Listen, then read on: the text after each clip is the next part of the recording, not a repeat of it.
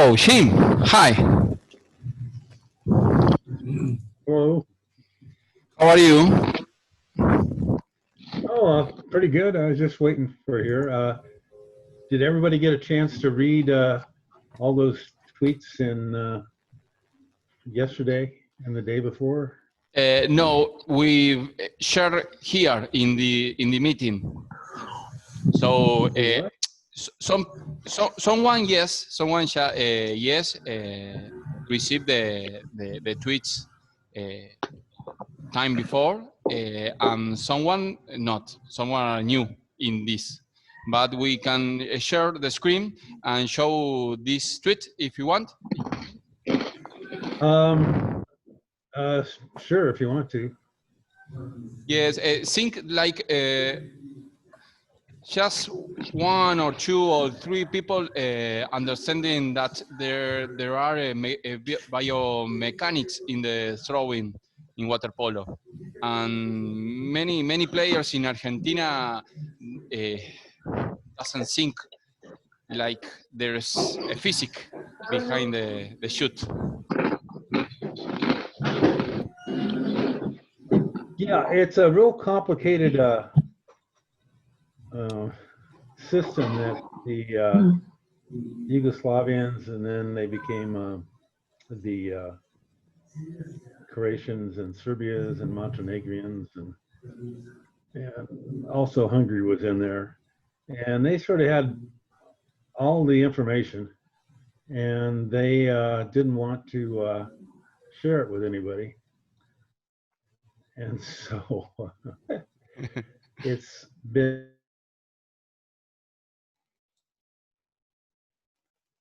what they were doing. So the United States was way behind and the rest of the world was way behind. And it's just too bad. Yeah. Get a bigger picture of me. Yes. How do you get a bigger picture of me here? Yeah. Yes. Wait a minute.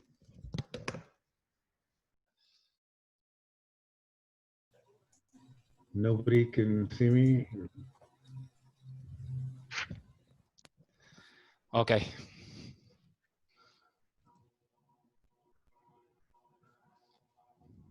All right, so we're back on here. Yes. I showered recently, and I get some some hot bathroom, and I present. Okay. If you want, I present some of my team. Here is Martin. Martin is a coach in a city in Buenos Aires. Oh, glad to meet you. Yeah, yes, he's my replacement in their city. Oh, okay. There is Justin. Justin is the thinker maker of the team. He want to run some interviews, and I think let's talk to him. He said, "Oh, that'd be great." He's a coach in Paraná, in another city in Argentina. He's from Buenos Aires, but he met a girl in Paraná and he moved there and create a team. Great. Fantastic. ¿Cómo va, Jim? ¿Cómo va, Jim? There is Adriel. Adriel is a player for in the shooting team, and Valen too. We have the goalkeeper of Argentina, master selection, Alejandro Anile. Oh, wow. Glad to meet you. Hello. He play with or against Hungary, USA, Italy.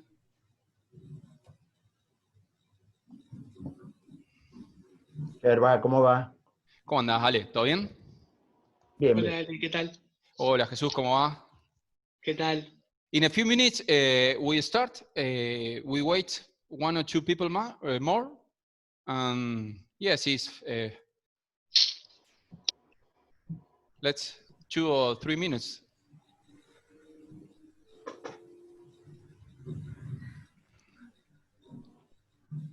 Okay, so have these guys seen the tweets on Twitter that I did yesterday and the day before?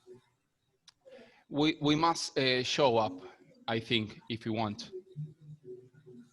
They haven't read them then, right? Yeah.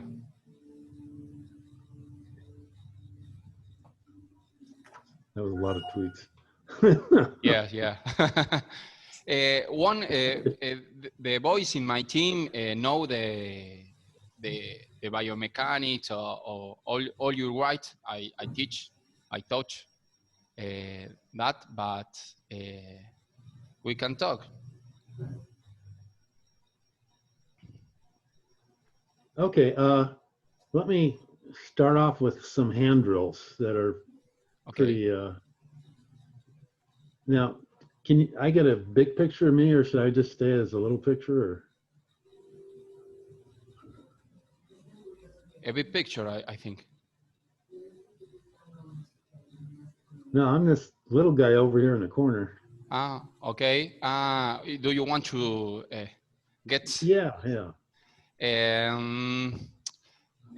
He has 3 boxes. One alone, 2 and 3, something like that. Yeah, sure. Click on the Click on it. and this is plain or just Oh, here we are. a square with an arrow. Okay, we got me here. Okay, I can share that. Look.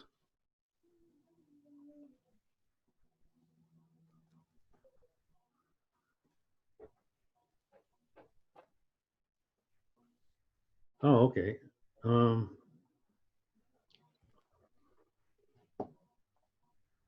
I don't remember the numbers of the tweets.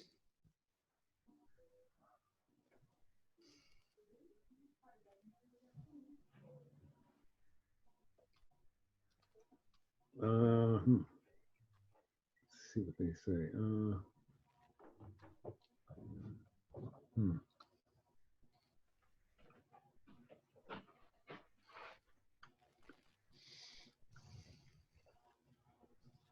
Well, let's just go to advanced slobs on 7:15. Okay. Okay. Let's see. How do we? Okay. Let's see. How do we go down the line here?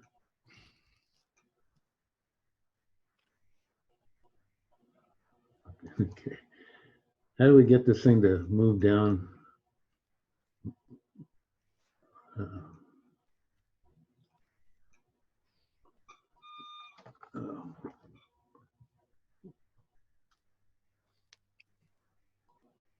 Okay, so how do we get this thing to move to another slide here? You want to ask me? Let's go to 7:23. 7:33. Okay.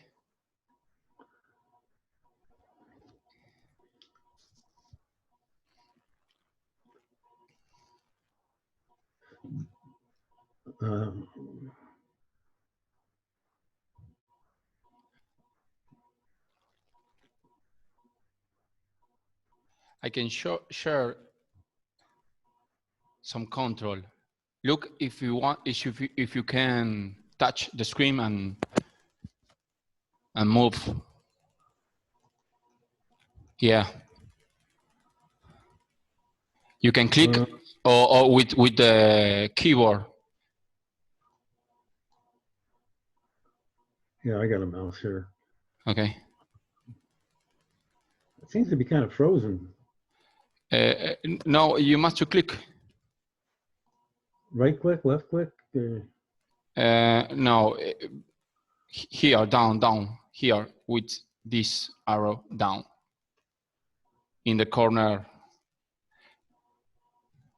I think it's more used for the keyword, the arrow keyword. Oh, okay. It doesn't seem to do anything.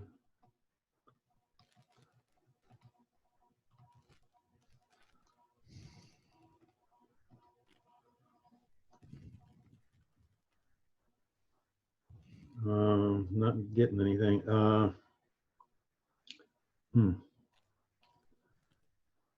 I disconnected the keyboard. the little keyboard. If you go in the left corner down, you can touch 2 arrows. Not more down. Don't go. No. Okay. No, okay. Or click right click, and this you get siguiente o anterior. Siguiente is next. Anterior is the one before. I'm not getting anything here. It's very difficult. Okay, if I pass.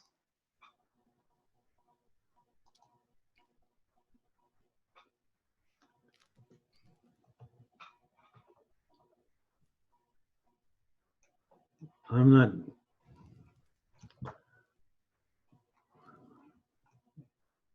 not getting it. What am I doing wrong here?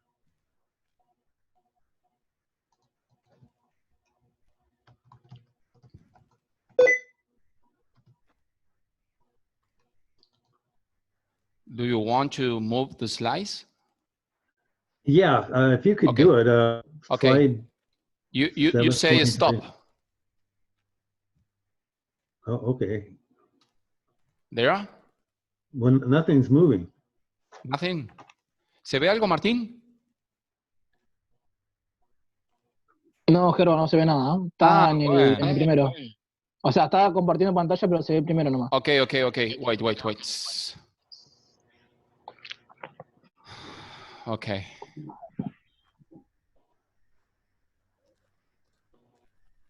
So we start. Now? Ahora sí. ¿Y se ven que se van moviendo? Sí. Perfect. Yes. Perfect. Okay, Jim, let's try again. Forward okay, let's go to or backward?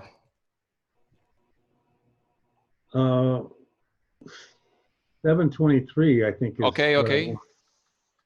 This? Is that 723? Yes. Well, keep going. Okay, right. Stop back. Right there. Okay. Okay. So we're talking about lobs now, and most male players don't lob, and women lob a whole bunch. Do you guys have a lot of women's water polo in Argentina? Yes. We have a few teams. We have a goalkeeper, a girl player here in the meeting. Okay. There's a couple ways to throw the lob. And the first one is to throw it off all 3 fingers. So these 3 fingers, 1, 2, and 3, are the last ones to make contact with the ball. And so that's called a 3-fingered lob. Okay. And you're moving around too much here. Let's just go back to the picture previous. Okay, right there. Okay. This is an advanced lob called the middle finger lob. And what you're going to do is you're going to snap the ball off the middle finger. So you pinch the ball and then you snap it off the middle finger. Now the release is going to be what's called a jab release. So you're going to just jab forward and you're not going to spin the ball off the fingertip. You just jab it. What is shove? You just move your finger forward and you don't spin the ball off the fingertip. Okay, like just like make that. contact all the time with the fingers and the ball. Yeah, you start off with all fingers on the ball, and then you snap the middle finger down, and then the middle finger, instead of spinning the ball off the fingertip, Okay. it just jabs it, Yes. and that makes a no spin lob. Now in Europe, they're going to say that's the most accurate thing in all of water polo shot is the middle finger lob. High five. Okay, so in the United States, we don't even know about it. And then the Serbia, Croatia, Hungary, and Spain and Italy know about it, and nobody else does either. It's considered an advanced move by your elite players. I'm sure you guys are all the elite players here. So I taught it to John Mann, who made 2 Olympic teams for the United States. And he figured out how to do a middle finger lob. And one time he even did a 12-meter middle finger lob. So an elite high school player may be able to pull this off. Otherwise, it's pretty advanced. Let's go back up to the 2-fingered lobs.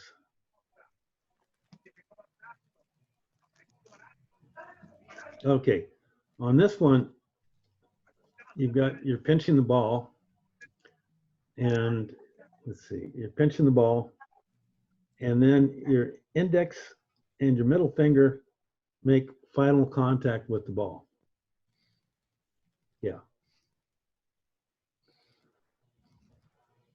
Now, because you're not releasing the ball off the last 3, the middle fingers, then what happens is there's less ball spin. Now, we've all thrown 3-fingered lobs that just went off into the distance, into the sunset, hit the ceiling, bounced out of the pool, went over the fence. The 3-fingered lobs sort of inaccurate. So the Europeans went to a 2-fingered lob. Okay, now each lob has an aiming point. Okay, just stay where you are. Quit bouncing around here. Okay, stop. All right, now with the 2-fingered lob, the arc of the ball is going to be less. It's not going to be 45 to 55 degrees. It's going to be much lower. So as you see in the picture, it's going to be 30 degrees. And then the delivery point is going to be 30 degrees above 30 inches above the pool. And what's that, about 45 centimeters? Anybody know what 30 inches is to 45 centimeters? It's like 45, I think. Okay. We have a question then. Yeah, let me just finish. So if your delivery point is always the same, if the arc is always the same, 30 degrees, and the aiming point, and there's a lob aiming point, is 12 inches, which is probably, I don't know, 20 centimeters or something. Yes. United States and Nigeria are the only 2 countries that still use this primitive system. Yes. Let me see here.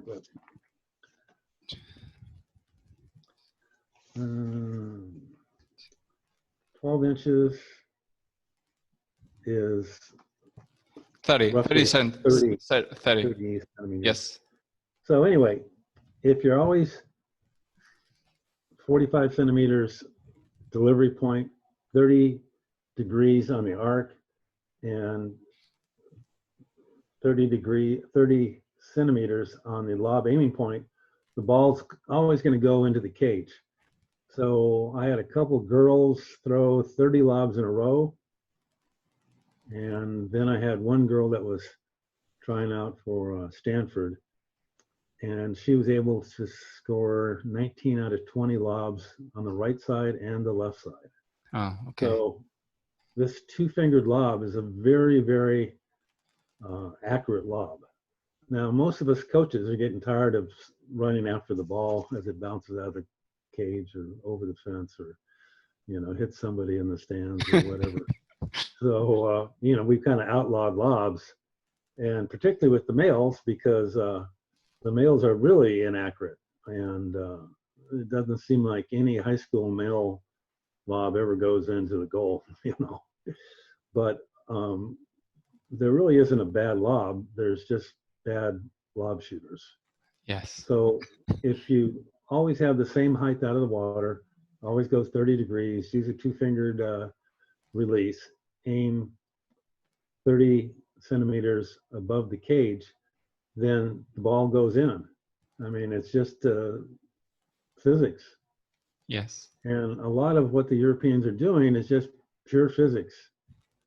And we're always kind of believing in luck and God and prayers and, you know, hope that the ball will go in the cage. But they've got it sort of figured out to this picture. Okay. It's Yeah, good. and let's go up one. I think there's a three-fingered lob just to. Okay, let's run the question. Yeah, what's the question? Jesus. Good afternoon, Jim. Pleased to meet you. You Great. partially answered it. The gender difference you point out between female players and male players, is that something you have researched or observed, or is a theory? Well, the women, everything in water polo is made for us men. So, you know, if you put a 6-foot male in the cage with good legs, he's pretty much gonna block the shot. And then if you put a 5'4" woman in the cage, the corners are gonna be open.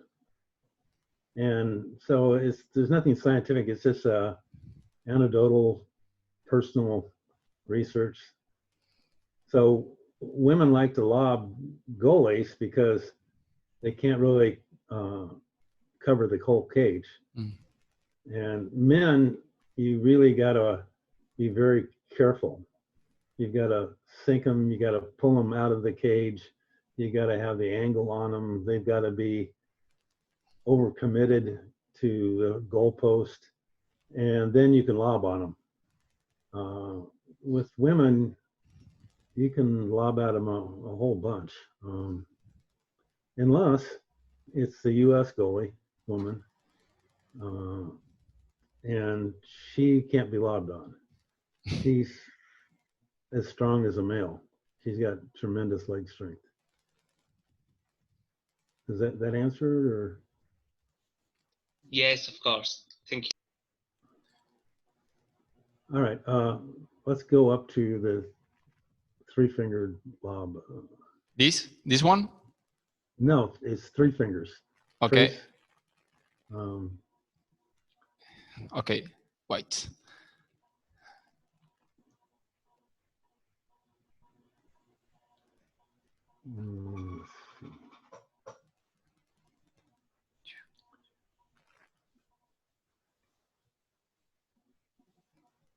yeah, okay.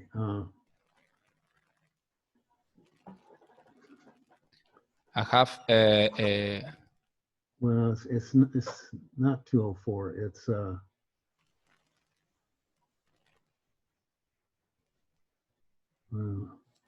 this one does no? Doesn't not? yeah. Yeah. Okay. Let's just stick with this picture. Okay. Okay. There we have the girl is her release point is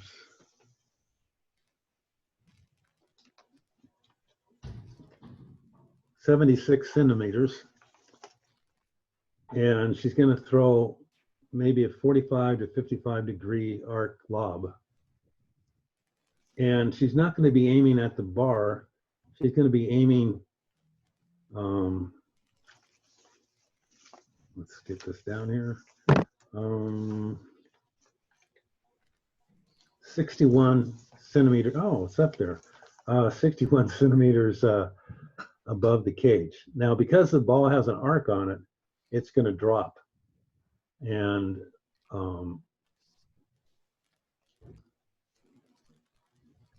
so a lot of people will throw a lob at the high corner and it drops into the water. And that's because they have the wrong aiming point. So you've always got to shoot above the cage on a lob and have it drop. And the lob aiming point is an invisible thing in the air. And it's just with practice, you eventually figure out where the 60 centimeter lob aiming point is with a 3-fingered release. And the 3-fingered release is going to go high because you've got 3 fingers on the ball instead of 2 fingers. And that puts more spin, and that means there's more lift and the ball rotates higher. Okay, well, go ahead. These are, I know the answer, but I want to ask, these are slow shots, or the velocity of the shoot is slow, is faster, is... Okay, I did a radar analysis of these things, and the 3-fingered lob is about 15 miles an hour, and I don't know what that is in kilometers. Anybody know what 15 miles an hour is in kilometers? I find it. I will find.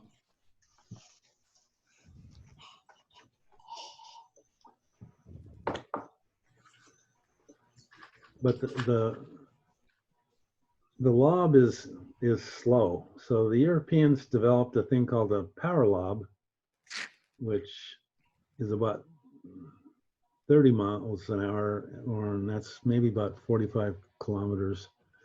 And it's a fast lob, and it's not very accurate. So the Europeans will do this power lob, fast lob, when the quarter's ending, when time is running out, and they kind of aim it, they hope, at the bar, and they hope it bounces back into the field and gives them a new clock.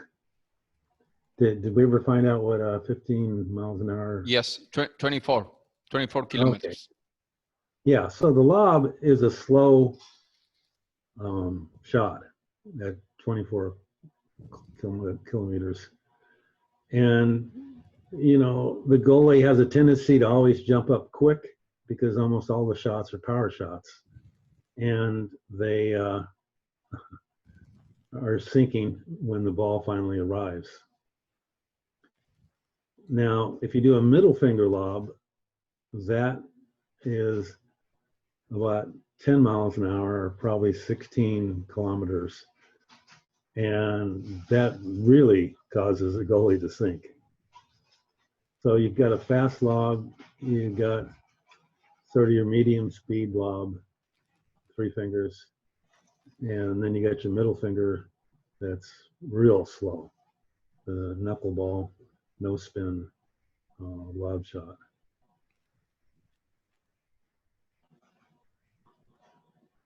Now, if you're going to throw a middle finger lob, it's only got about 20 degrees of arc on it. So you're going to aim at the high corner, or maybe a couple centimeters above. Yeah, that'd be 6 inches, which probably is about 9 or 10 centimeters. Yes. So whether you use a middle finger, whether you use 2 fingers, whether you use 3 fingers, it changes the lob aiming point. But the delivery point is always going to be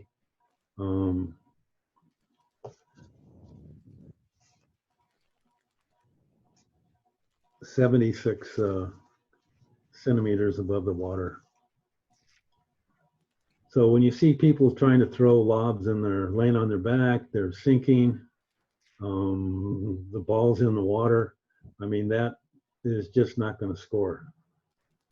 And I almost feel when I see somebody sinking, laying on their back, to just call timeout before they let go of the ball. Because in those situations, the ball goes up almost straight up. It goes about 75 degrees straight up in the air, and it's not going to score.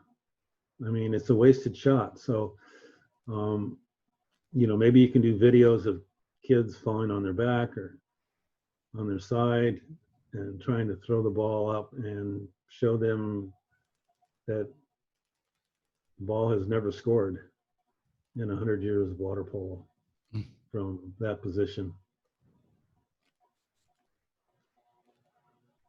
And they'll still probably be sinking, falling on their back.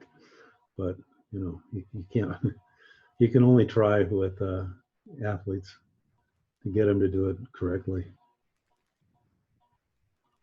Okay, any more questions on lobs?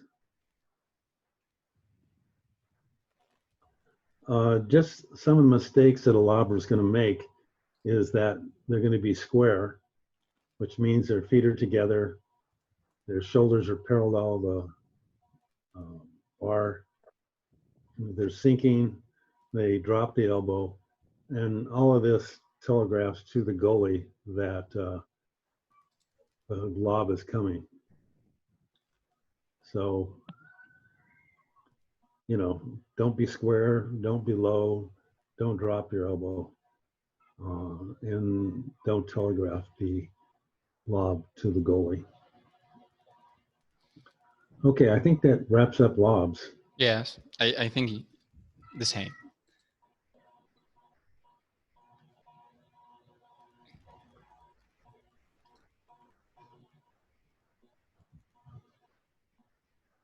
Do you want to say about the skip shot?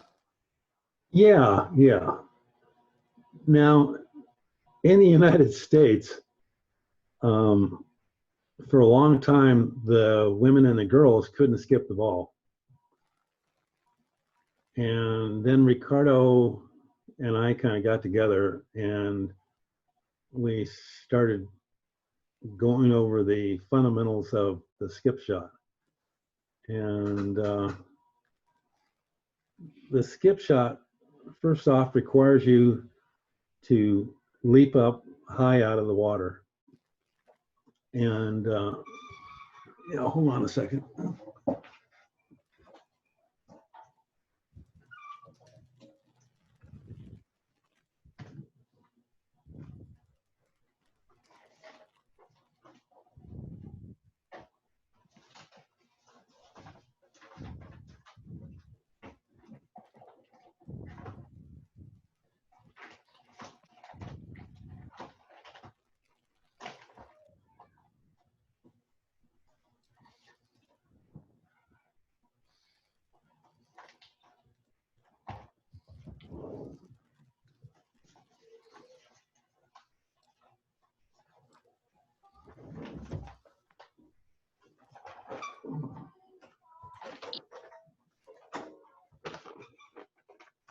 Okay, so on the skip shot, you want to be high out of the water, you want to be vertical.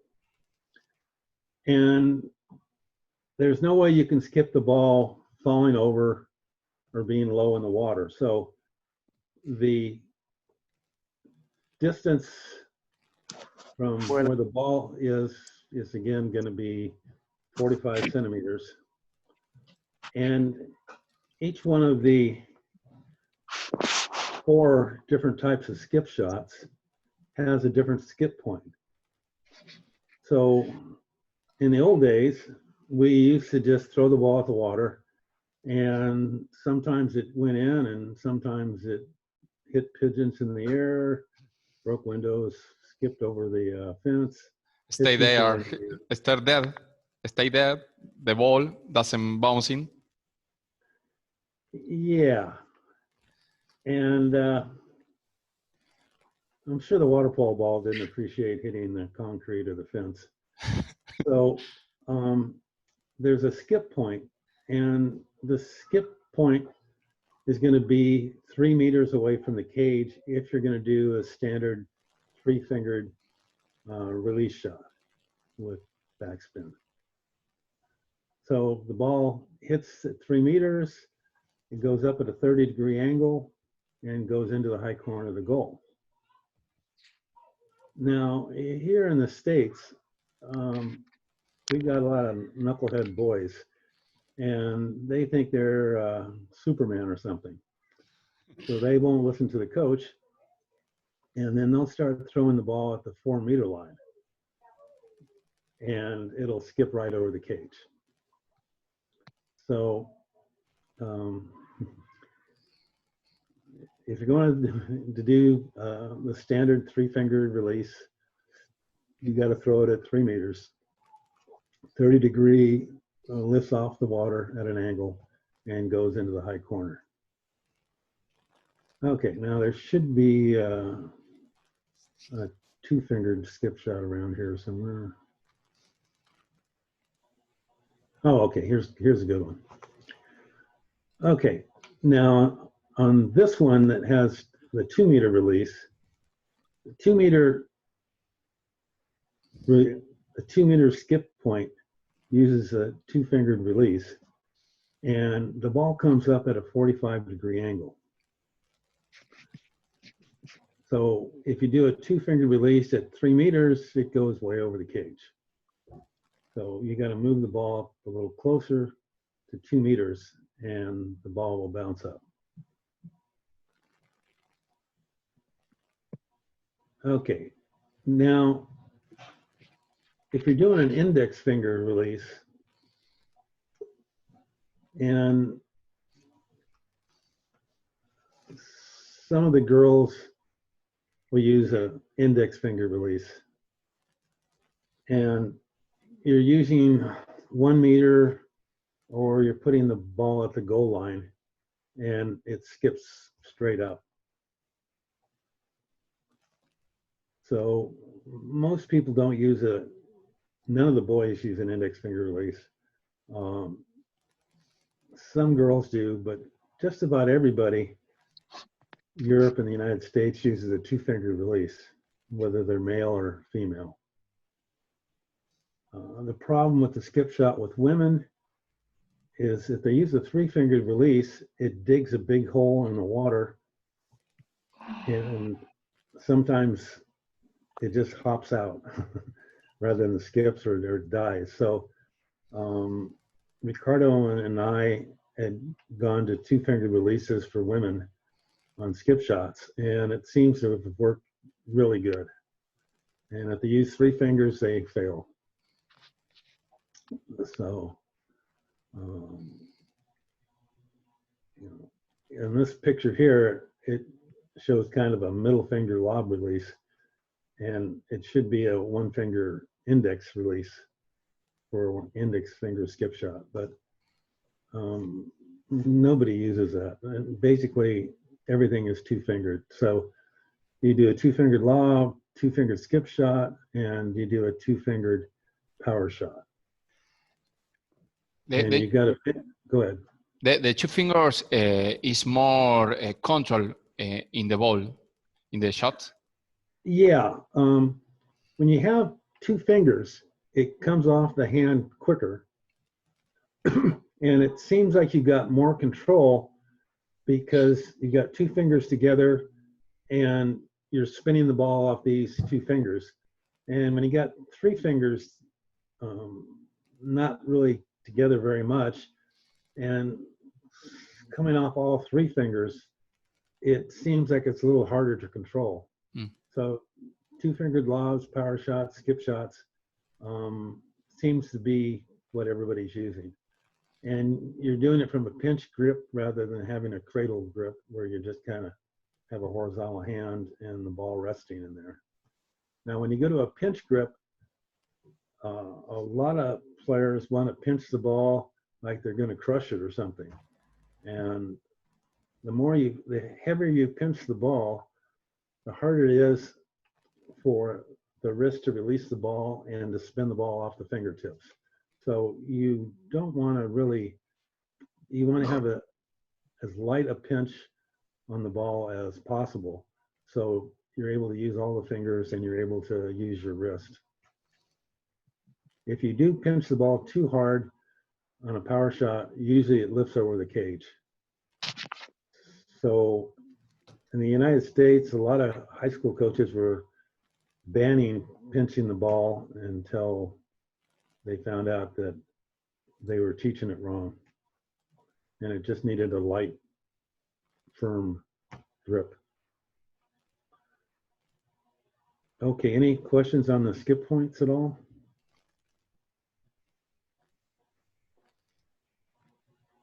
Yes, Jesus? Okay.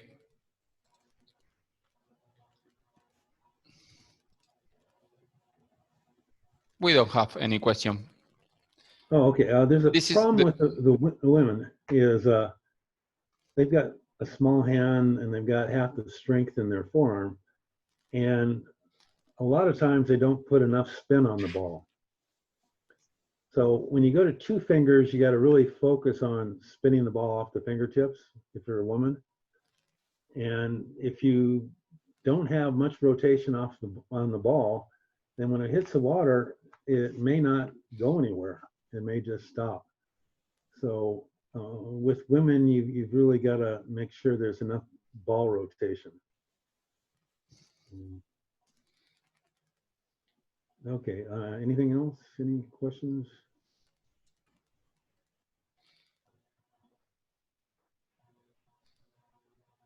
Okay, now the elements of a successful skip shot. Well, we just need somebody going straight up. No, keep going.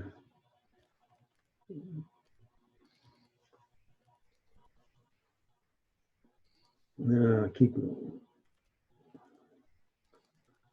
Okay. You want to be high out of the water to throw a skip shot. The greater the angle, the more likely it's going to skip. Now, again, with the high school girls and boys, they don't want to get high out of the water. So the closer their hand is to the surface of the water, the less likely the ball is going to skip, and it's more likely to skim. So you want to get high out of the water so there's a great angle, and you want to use all your strength, and you don't want to have anything that cause you to lose speed. So I think with women, they've got to throw the ball at least 25, 27 miles an hour. That's pretty much the same for males and females. And anything that's going to rob you of power, which ends up reducing the speed of the ball, you've got to watch out for. So you want to be angled, left foot forward, right leg back. If you're square, like a lot of the women are, it's hard for them to skip the ball because the major part of throwing is rotation. So no rotation, and the ball is not going to get enough speed. And you want your elbow high, so the ball is got a high release point. You need to have a vertical back. You got to kick up hard. And with the boys, it's not hard to get them to kick up hard, but the girls have lazy legs. So in swimming, because their legs float, then they figured, oh, we don't have to do much of anything with our legs. Where as a male, we sink, we don't have much body fat. So we really have to kick a lot as a swimmer just to stay up. So this idea that women don't have to use their legs in water polo is ridiculous, and they really have to get out of that way of thinking. Okay, any more things on skip shots?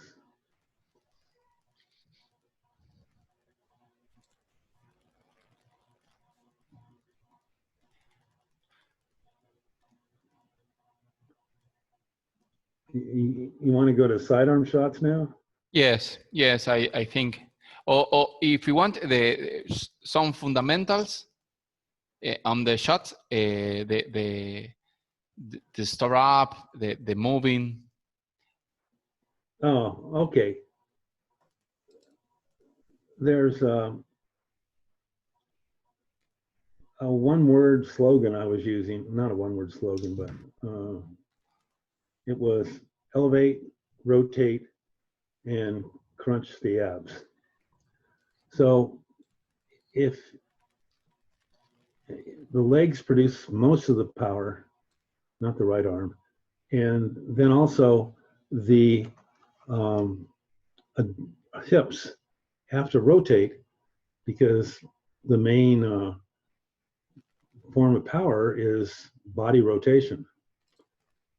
So then you also have to be worried about crunching the abs. So elevate, rotate, and crunch is kind of a good little slogan. And then the right arm automatically goes forward, so you don't have to worry too much about that. And the basics are left foot forward, right leg straight back. Like, yeah, this is perfect. And you want to have your hand pulled down to increase your elevation and also to add about 20% more power.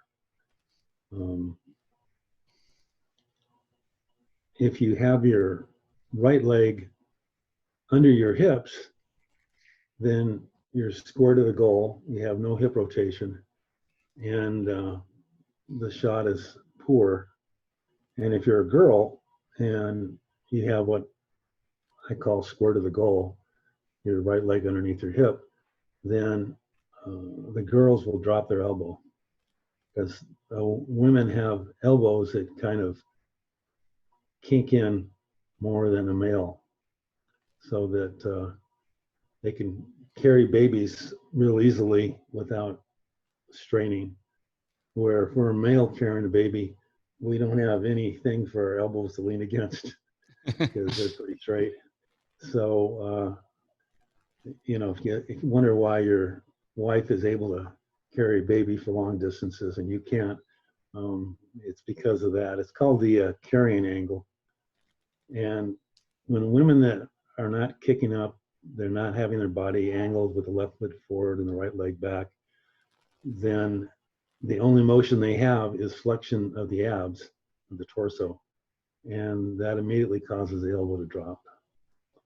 So you want the elbow to be high at ear level, the hand to be up to at least 45 centimeters. Guys like Tony would get up to 60 centimeters. So he'd be way above the cage, shooting downward. And goalies, when they see a shooter with the ball above the cage, looking down at him, gets psyched out. And then, as Ricardo Azevedo says, how can you miss the cage when you're shooting down at it? So,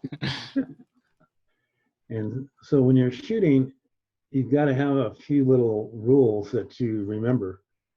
So if the ball hits the bar and bounces up, then you know that you were slightly leaning backwards. If you're completely over the goal, that means that you were leaning backwards at least 5 degrees or more from being the absolute vertical. And okay, so around 2000, yeah, why don't you just stick with the lean forward shot? Okay.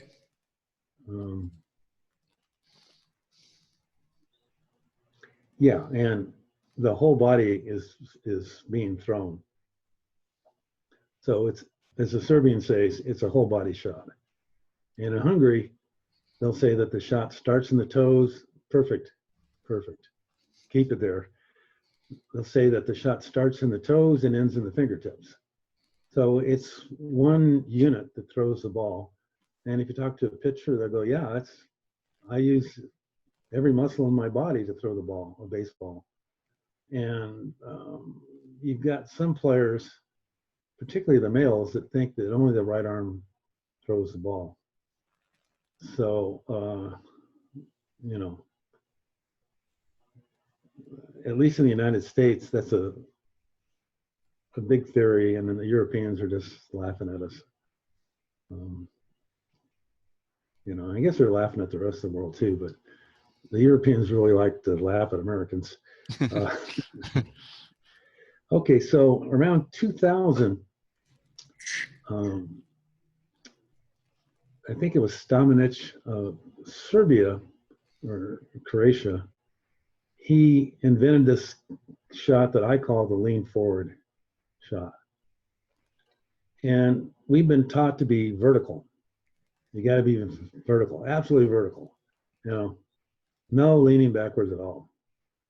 Even though you lean backwards a little when you cock your arm, but somehow we don't see that. So I got these shots off of cameras that can take 5 to 10 shots in 1 second. So you can see everything that's going on here. So she starts off leaning forward with her body in the first picture here. And, you know, that's not supposedly how you're supposed to do it vertically, but the lean forward technique, everybody's gone to using the lean forward technique. So you're leaning forward, and the ability to lean forward is not caused by the head, it's caused by the height of the right leg. So you can see with the red arrow that her right leg is pretty high. So you want to get the right leg straight back, and when you go to the second one picture, you can see the right leg is pretty much straight back, slightly bent at the knee. So by leaning forward to pick up the ball and then moving her torso to the vertical while keeping her right leg back, she's actually cocked her body using the momentum to pull her body back.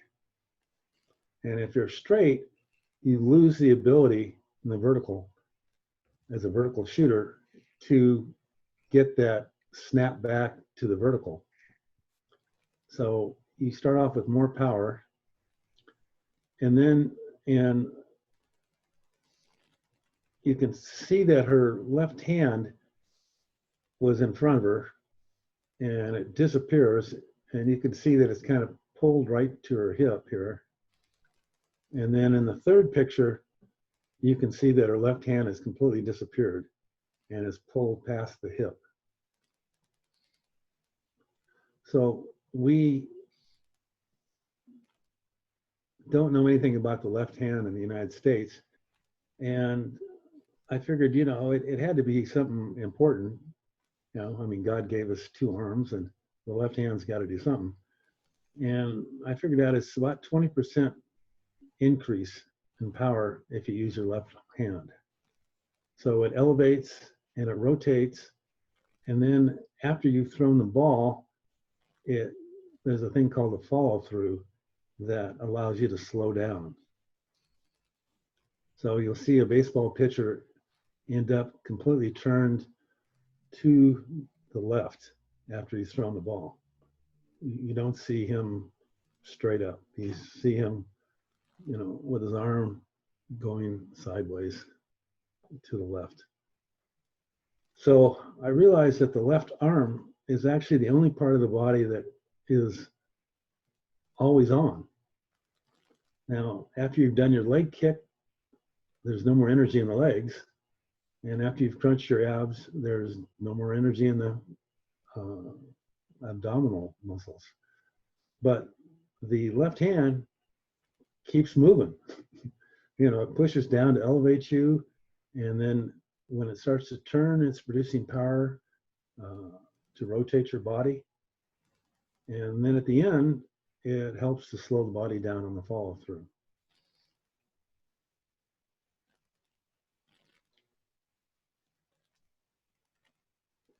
And on these shots, the last part of the body to move is going to be the right arm. So this idea that the right arm does everything is just nonsense. Somebody in America started the rumor, and I don't know, it sounded logical, but the whole body throws the ball. So the last part of the shot is going to be the right arm moving forward. It's not the first part of the shot. The first part of the shot is going to be the feet kicking, the legs kicking, the hips rotating. Finally, the abdominal muscles are crunching. And then, only then, does the right arm start moving forward. So there's a lot of mythology here, at least in the United States. When you talk to the Spanish and the Serbians and those guys, you know, they are pretty much up on their mechanics and on their physics. So they sort of look at us as not being too smart when it comes. So here's another picture of a guy doing the lean forward technique. You see he's leaning forward, then he brings the ball back, snaps his back to the vertical, then he's pulling his whole body, and you see his whole body moving forward. And then he throws the ball in the fourth one. So, and then you see the left arm pulls down, and then it starts to pull back to help rotate the body. And then when the arm finally kind of reaches your hip, that's when the elbow starts to move. So there's been probably 90% body movement before the right arm starts to go forward. And with the lean forward technique and the right leg horizontal, you can really get a massive amount of power out of your torso because it's going forward instead of remaining vertical.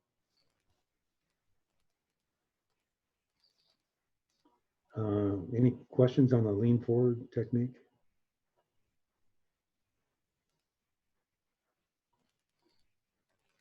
No questions? It's good, it's good. The commentaries are good. Okay, now we're going to move to the Boyer shot. And there was a guy, 1980 or so, he invented this lateral movement shot. And yeah, this is a perfect picture of somebody moving sideways. Now, and if you take your regular overhand shot, the guard sticks his hand straight up, and the way the mechanics of the overhand shot are set up is you're going to throw the ball right into your hand. So Boyer was about 6'2", and maybe he wasn't 100 kilos. Let's see. I don't know. In pounds, he would have been about 190 or so. And I'm not quite sure what that is in kilos. Do you have that, Gerasio? Yeah. Oh, the conversion? Kilos, we have kilos. How many pounds? Yeah, yeah.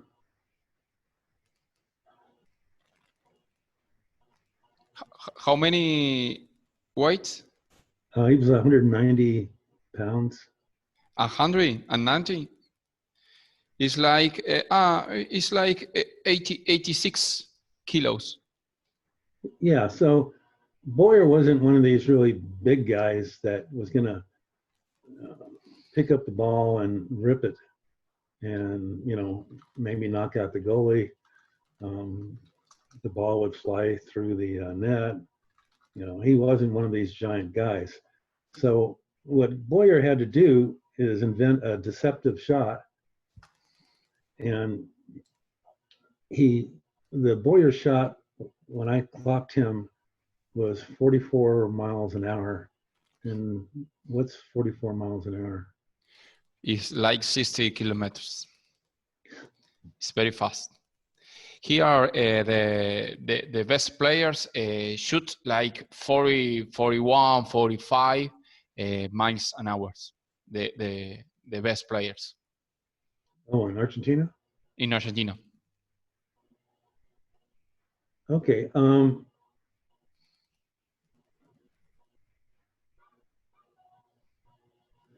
See, when I tested college guys, they were like 40 miles an hour, 41, 42, 43. And when you got to the US,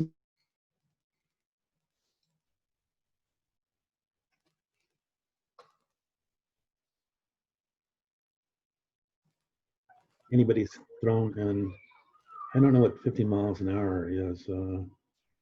50 is like 70 kilometers. Okay. And then the fastest guy in the world was a guy named Simonitz from Croatia. And he threw the ball at 60 miles an hour, which is, I think, yes, 80. 82 kilometers. Yes.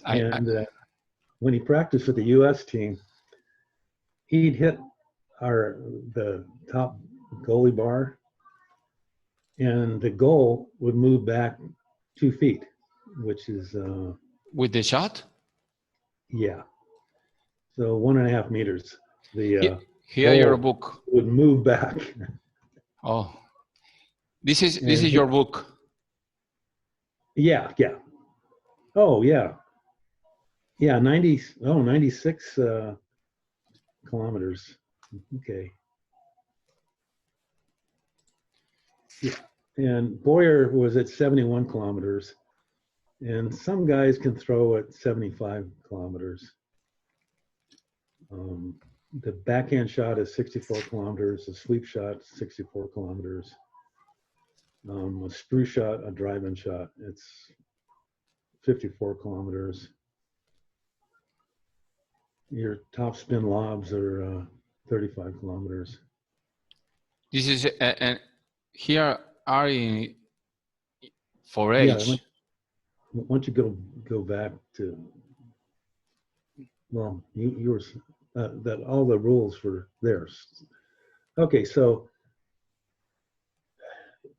you have one body, and that one body produces energy from the feet to the legs to the hips to the torso to the right arm.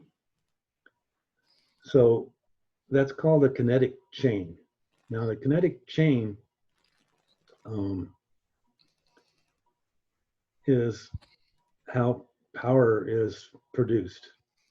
So Hungarians say this shot starts in the toes, ends in the fingertips. Okay, this is the kinetic chain. Now anything that breaks the kinetic chain, you're going to lose power, and that's going to lose ball velocity.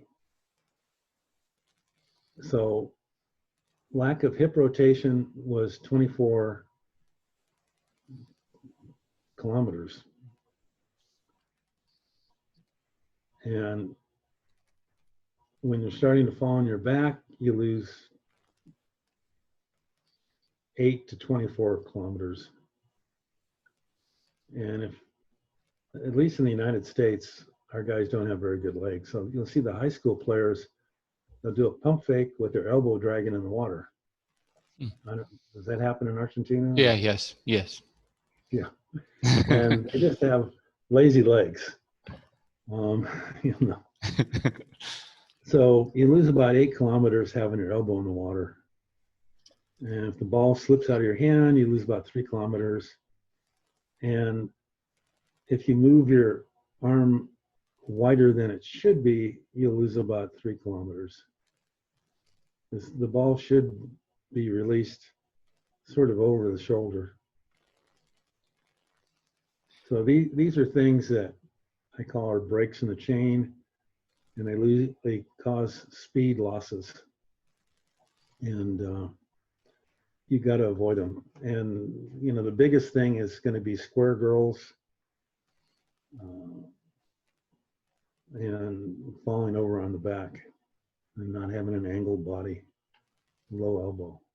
Those are like the 4 killers of the overhand shot.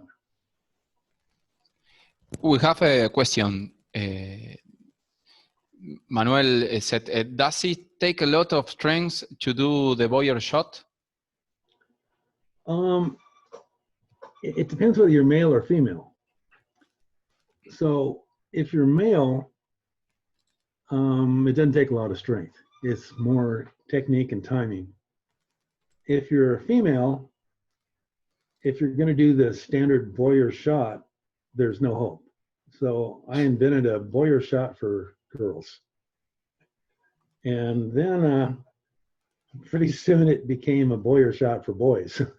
So, but anyway, with the girls, we had a problem because the arm strength of a lady is only about 50% of a male. So they're just not very strong, even if you compare them to a male of the same strength. So nobody would have girls do any of these lateral step out shots because, you know, they'd throw a shot and it didn't go anywhere. So Boyer invented a shot around in 1980 or something. He played on the 88 Olympic team and in the silver medal. This is kind of the last time the USA was the dominant world power, 1988. Well, I guess they got a gold medal in 212. I mean, they got a silver medal in 212. So with the girls, what I had them do is I had them step out at an angle with their right leg at 30 degrees. And I thought if they could get their hips and legs into the shot, they could have enough power that was transferred up through the chain into the right arm, which ended up being true. Now, the Europeans, they started to think, this looks pretty interesting. And they decided to add a right foot snap in.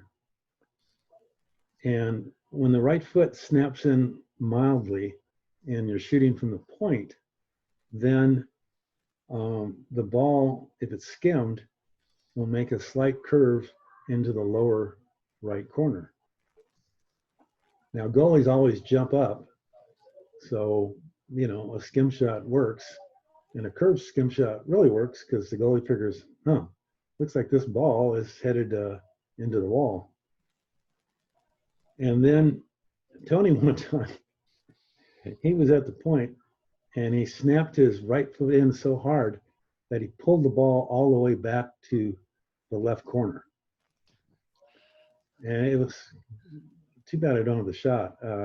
It was magnificent. So you step out at a 30-degree angle, whether you're a boy or female, and if you're going to skim the ball from a sidearm shot, then you're going to do a mild snap into the right foot to curve it to the right corner and a hard snap into the right foot to pull the ball over to the left corner. Any questions on that?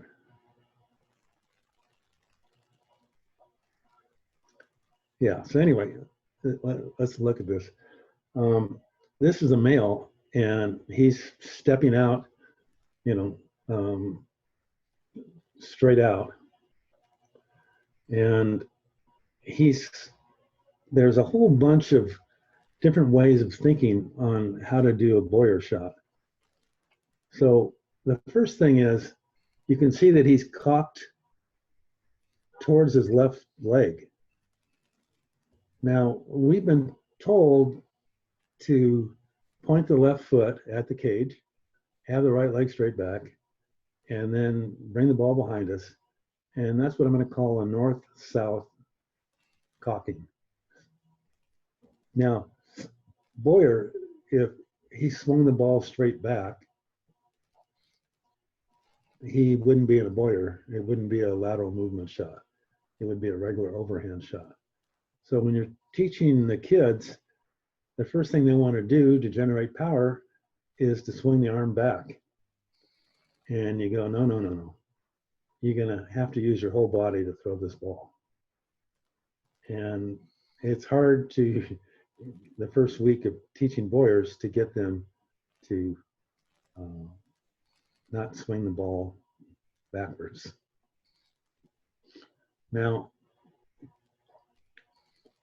if you notice the left hand is going to push water to the side, straight off the hip.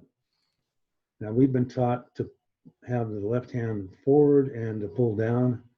Well, when the Boyer, if you want to move sideways to the right, you're going to have to push water to the left with your left hand. And if you don't push water, then you won't be able to step out. Now, the other problem is players are kind of lazy with their legs, and you got to step out with a high knee. If you don't step out with a high knee, then the pressure of the water is going to cause you to cross your legs, drop your elbow, and you throw the ball at the goalie's stomach rather than around him to the right corner. So you got to step out with the right knee. The left hand's got to be positioned correctly. And there's a couple versions of the Boyer. If you're going to go to the high corner, you're going to have the arm kind of at a 45-degree angle. But most people are going to sidearm Boyers. So I don't think I have any pictures of sidearm Boyers. This is that, not Boyer, but yeah, that's a good one. Yeah, back to I think it was 660. 660, 663. Yeah, I mean, yeah, it's 660. Yes, that. Okay, so she's skipping the ball, which Boyer was back in 1980. It was, his arm was high, and he shot at the high corner. And it was a quick, deceptive shot. The goalie didn't expect it, and it went into the high corner. Well, people started to doing sidearm skip shots. And girls started doing sidearm skip shots. So she's dropped her arm, and this is where the timing comes in, and this is why it's hard to get people to do this correctly. I had one player that made All-American last year, and he could never figure out the Boyer, and I spent 2 years trying to teach him how to do it. And he could never get the timing down. And it seems like the women, they figure this thing out pretty quick. So anyway, you start with your arm above the shoulder, kind of leaning towards the head, and you're square to the goal with your right leg back at a 30-degree angle. And then in all one motion, you're going to step out, push with the left hand to the side, and then drop the arm from high to sidearm. So step out. This is a left-handed Boyer. and it allows you to shoot around the guard, shoot around the goalie. So the Europeans usually don't end up getting a lot of their shots blocked because they just step around.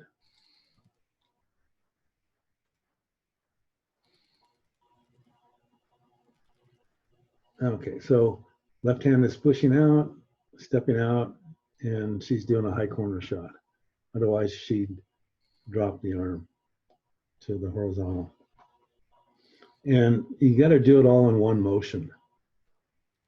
So it's, for some guys, it's difficult to learn. For the women, they just love it, you know. Finally they can shoot sidearms, you know, and finally they can skip the ball pretty well. Now, what I found out when I was learning how people did sidearms was I talked to one or two national team players that had pretty good sidearms, and I said, you know, how do you do this? And they go, I don't know. And typically when you talk to athletes, they don't have any idea of the mechanics. You know, they say something like, watch me. And you go, well, most of your body's underwater. I mean, well, in Europe, the coaches actually have goggles around their neck. And if they see something screwy, because they say that the shot starts in the legs, they hop in the water and they watch how the legs are moving, because they think that all mistakes are leg mistakes, which isn't actually completely true, but you know, it's probably true 90%. So when you throw a sidearm, the ball, your hand's horizontal, and the ball goes flying off into the sunset and misses the cage by maybe 10 feet or something. And then the few guys that could do sidearms, you know, they would throw it right in the corner real accurately. So in the United States, most of the coaches would outlaw sidearms. Now they didn't in Europe. And I thought, we're missing something here. And what the Europeans were doing was they had their hand vertical, and let me see, and then they twisted it inward. So that created a side spin on the ball. And with the right foot snapping in, with the wrist doing a twist snap, they all of a sudden had a real accurate Boyer shot that you could skim to the high corner, skim to the low corner, shoot at the high corner, or you could skip it. So the women were just overjoyed on this. You know, we can skip the ball and we can do sidearms. And so when you see the NC2A top level teams play each other, Stanford, SC, Berkeley, then you'll see these girls throwing the ball and skipping it, you know. And the fastest girl throws the ball at 40.5 miles an hour, which is what, about 60? Yes, 60. Yeah. So, and I think Figioli throws the ball at 50 miles an hour, which probably is 70 something. Yeah. But using technique, you can overcome the fact that you're a woman with a weak arm. So this Boyers for women has really changed their sport and made it pretty exciting. This, you know, they can now set up the goalie and they can skip it around and they can shoot the right and left, and you know, it's really changed the game. And then with the Europeans, they kind of copied what I did, and I call this thing the Charlie Turner. And if the guard sticks his arm straight up, you're going to go to the right and shoot around it. And now let's move over to the Charlie Turner shot. It's this laying on the side shot. let's see, where? This one? Yeah, that's a good one.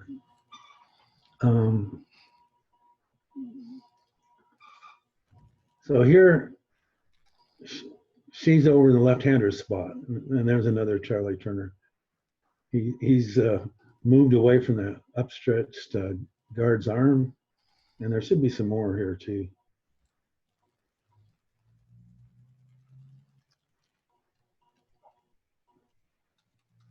Okay, let's go back to that one picture with the, no. The other? Yeah, the illustration. This? Ah, the illustration. Yeah, let's Okay. go to the illustration. Okay.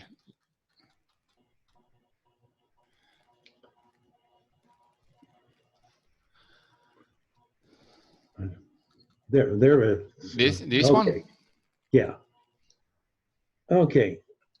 So there was this Australian male, and he played on the 80, 84 Olympic teams for Australia. And he invented this shot laying on his side. So I had a radar gun on him, and he was throwing as fast as the fastest shooter, which was this Hungarian Tomas Fargo. So I saw that in 1981, and it wasn't until 2008 or so that I finally figured out, how did Charlie Turner shoot this shot? He's laying on his side, and how is he generating so much power to have such a hard shot? So I started looking at it logically, and I said, well, okay, using the 4 limb theories, you know, you got 2 limbs and 2 legs, and they throw the ball, so the right arm is eliminated, and the left arm, I couldn't see what the left arm was doing. And I thought, well, it's got to be legs. So then I thought, okay, there's like 4 different leg kicks. So I was in the water, and I was trying to figure out how they do it. And I thought, well, it's not a scissors kick, and it's not a flutter kick, and it's not a breaststroke kick. So the 4th kick I came to was a dolphin kick. And I had to sit there and look in the mirror going, a dolphin kick? Who's ever used a dolphin kick to throw the ball? You know, and I asked some other people, dolphin kicks? You crazy? You gonna go out for the swim team and do butterfly? So what Charlie Turner did is he used 2 short stroke intense butterfly kicks, dolphin kicks, to power up the kinetic chain to the right arm to shoot the ball. And I thought, oh, that's pretty smart. Now, Charlie Turner quit in '84, and nobody copied the shot. And I'm not sure if he really knew what the mechanics were. And so nothing happened for about 40 years. Because a lot of these great shooters, they don't tell anybody. Manuel Estiardi on driving was always getting open, and he never told anybody. So, you know, I had to figure out how he was doing these push-offs. And the push-offs he was using was a dolphin kick off this guy. Okay, so here we are. If you want to improve the angle, let's say you're stuck over in the right wing, you can dolphin kick, and you can extend your arm out horizontally and pull, and that'll let you move out to what's called the European 2 or the American 4 spot, right above the right post. Now to shoot, you can't have a horizontal left arm. And then also, throwing an overhand shot is kind of a one kick thing. You know, I mean, you scissors kick your legs together and that's it. So what he did is he dropped his left arm, as you can see, and then he did two really strong, short, quick dolphin kicks. And that produced the power for him to throw the ball really hard. So what people are doing in Europe, it hasn't really caught on too much in the United States, is the guard sticks his arm up. And then the shooter says, well, okay, great, you can stick your arm up. Now I know where you are. You're kind of stuck in cement. You're not going to move. And I'm either going to step out and do a Boyer and shoot to the right, or I'm going to do a Charlie Turner and shoot to the left. So the Europeans aren't getting their shots blocked anymore. And they'll say stuff like, well, why would you want to throw the ball into the guard's hand? That's not logical. But if you can't move, if you have stone legs, if you're a statue, then somehow you got to shoot around this hand without much lateral movement from your legs. So shot blocking in the United States at college is like a real big deal. They're blocking 10 or 20 shots a game, you know. And in Europe, you're going to see that most shots the goalie has to block, you know. And they get yelled at if they have a field player block their shot. Like, what are you doing? Couldn't you see his arms up? You know, I mean, why throw the ball at his arm? But in the United States, they go, well, it's just natural to get shots blocked. You know, I mean, these just happen all the time. So this is the Charlie Turner shot, and this allows you to move to the left. Now, Manuel Estiarte, he was like a push-off artist. He played in 6 Olympics for Spain, and in '96 they won the Olympic Games. And they got a gold medal, and he was the most valuable player. And for 5 out of the 6 Olympics, he was the high scorer. And again, he was a driver, you know. And now our game is like big thugs throwing really 75 mile an hour, 75 kilometer shots at the goalie, and you know, breaking the goalie's arm, giving him concussions, breaking the goal in pieces. So it's just big outside shooters taking shots from 6, 7, 8, 9 meters out. Well, Estiarte was a driver, and he said, well, I can't really shoot from 7 or 8, 9 meters out, and I'm a pretty short guy. I'm kind of girl-sized. You know, he wasn't very tall at all. So what he did, he would push off the player, and if the guard was on his ball side, on his right arm, he would push off. And usually when you take a big push off, the guard goes flying at least 1 meter, maybe 2 meters, and they call an offensive foul, you know, and the coach is just shaking his head. Well, Estiarte, what he did, he would push off and then he would stop. So there was no gap created. So he would hit the guy's hip, knock his legs down so the guard couldn't move for a second, and then he would dolphin kick away. Now, the coach in the sideline and the player himself would be going, push off, push off, push off. And yet the referee said, I don't see any push off, you know.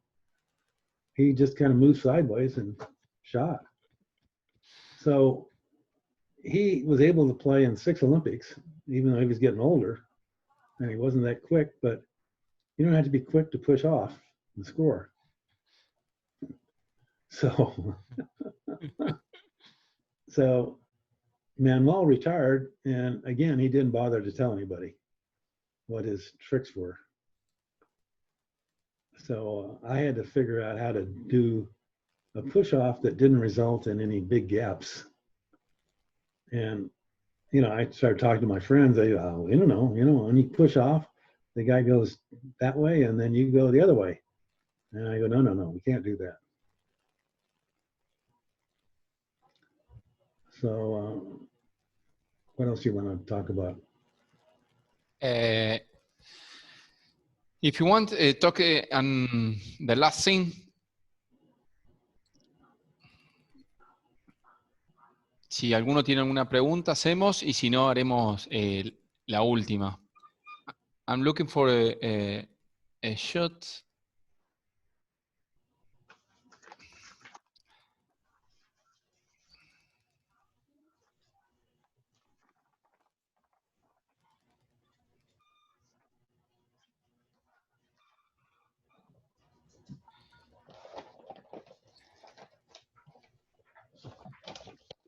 Sorry, Marcos here. I have a question regarding the last shot, if I can. Yes, yes. Oh, okay. Don't you lose surprise factor, so to speak, when you do the two dolphin steps? How do you call it? Don't you lose some surprise factor there? No, because goalies are kind of like one-dimensional. They see shooters and they figure it's going to be a straight shot at them. And, you know, they're kind of figures that most shooters are going to throw the ball into their arms. So they don't really have to think or predict anything. So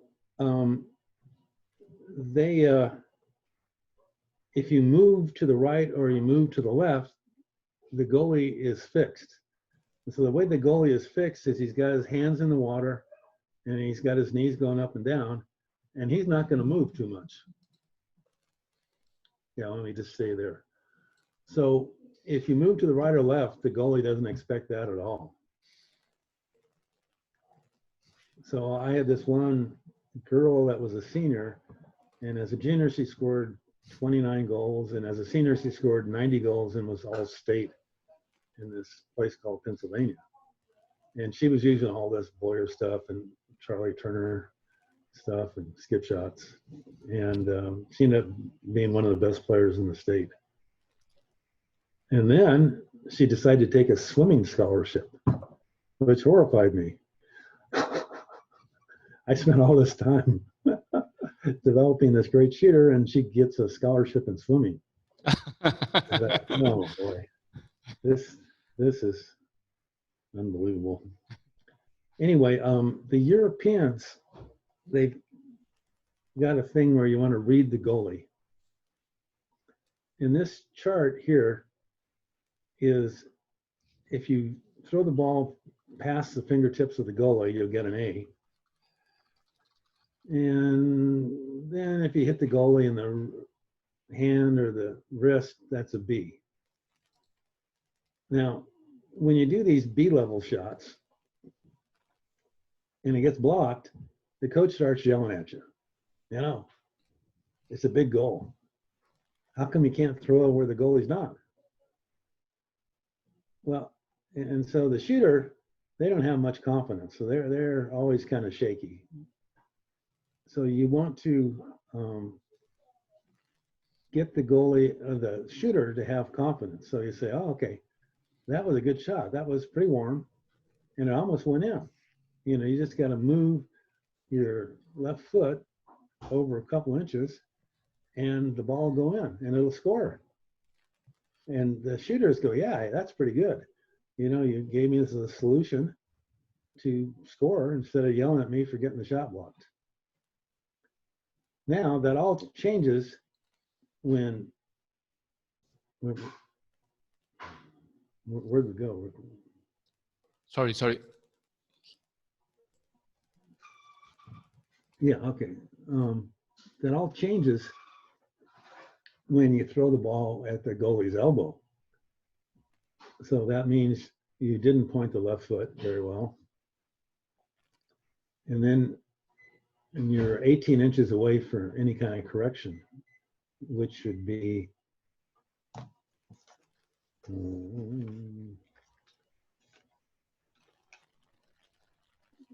460 centimeters away from having the ball score. And then if you hit the goalie in the armpit or the body, you're really going to get screamed at, because that meant that you didn't aim it at all. You just picked it up and just chucked it at the cage.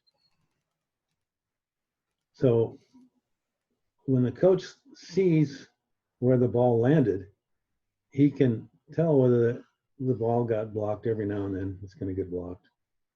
Or he can see how much the left foot wasn't pointed at the right direction. Now, when you get into the age group players, they don't know that the left foot aims the ball, that wherever the left foot points, the ball follows. So they're just kind of wildly throwing the ball.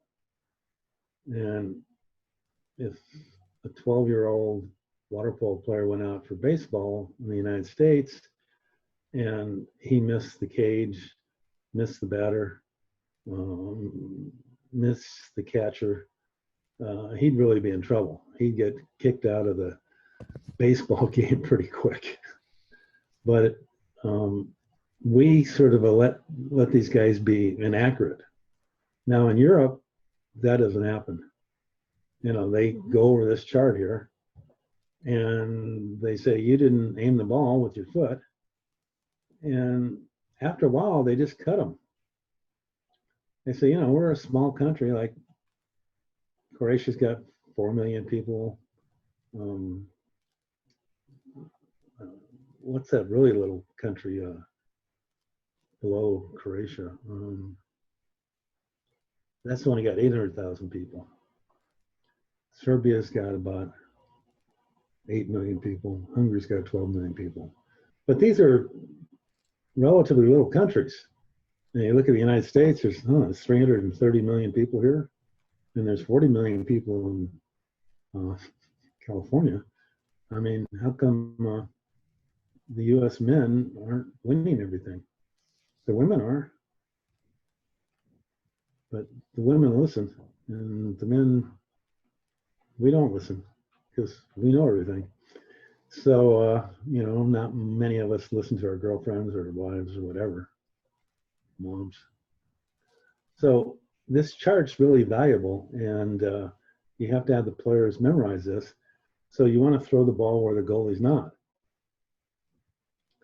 And then the Europeans went to,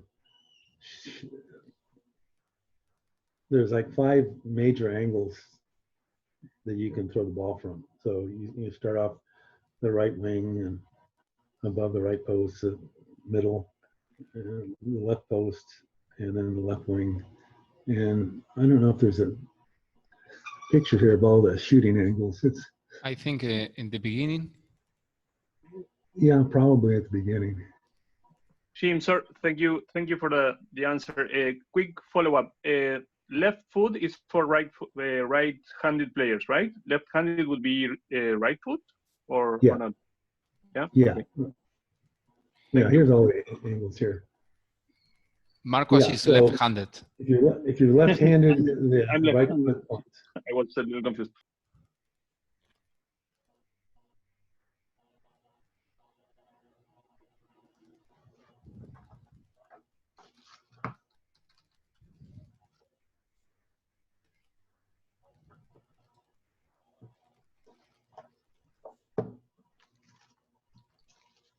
So anyway, at a certain angle, you have a number of shots to take. And as you increase or decrease your angle and what side of the goal you're shooting at, left or right, there's so many shots you can shoot. Now, most of our shooters don't have any idea. You know, they're just looking at the goalie and they go, I think I'm gonna shoot the ball.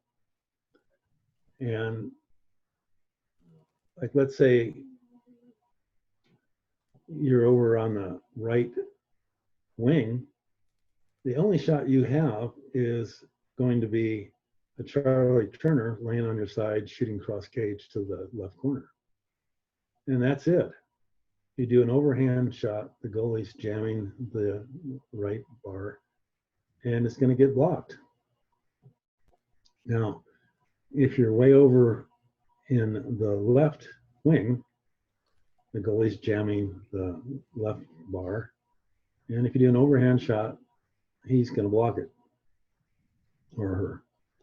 But if you do a Boyer, step out and shoot around the goalie to the opposite side, then the ball is going to go in.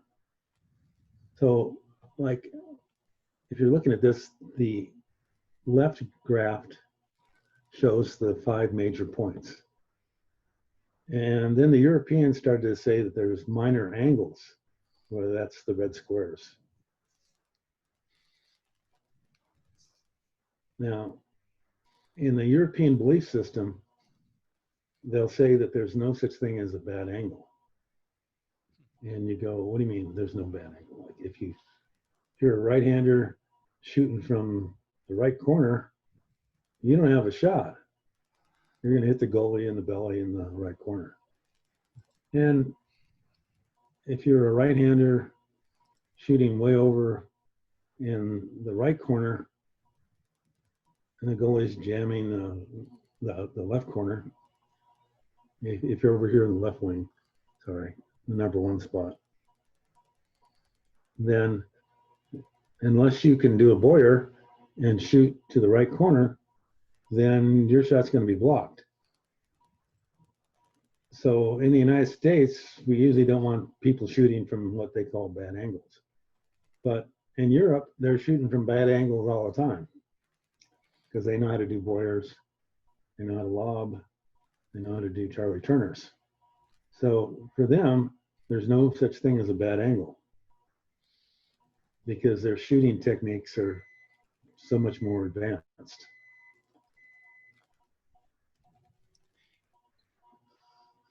I have this picture.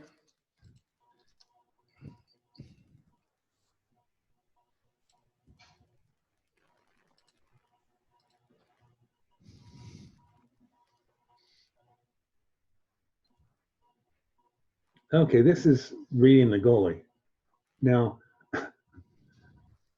goalies are just taught to jump up and have their arms straight out like, you know, they're crucified on a cross. And the arms are going to be 15 to 18 inches, which, let me see, is 24, 30 centimeters.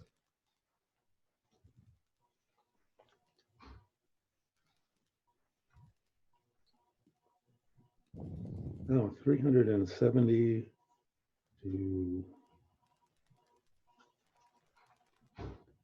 440 centimeters.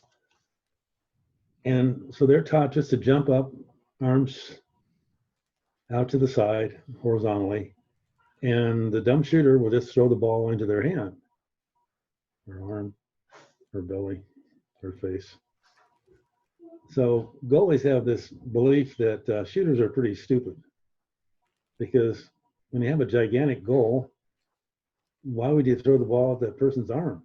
And the person's got an arm that's, you know,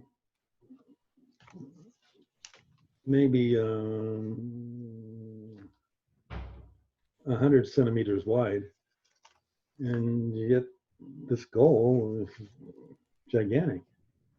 So why would a shooter throw the ball at the goalie's arms?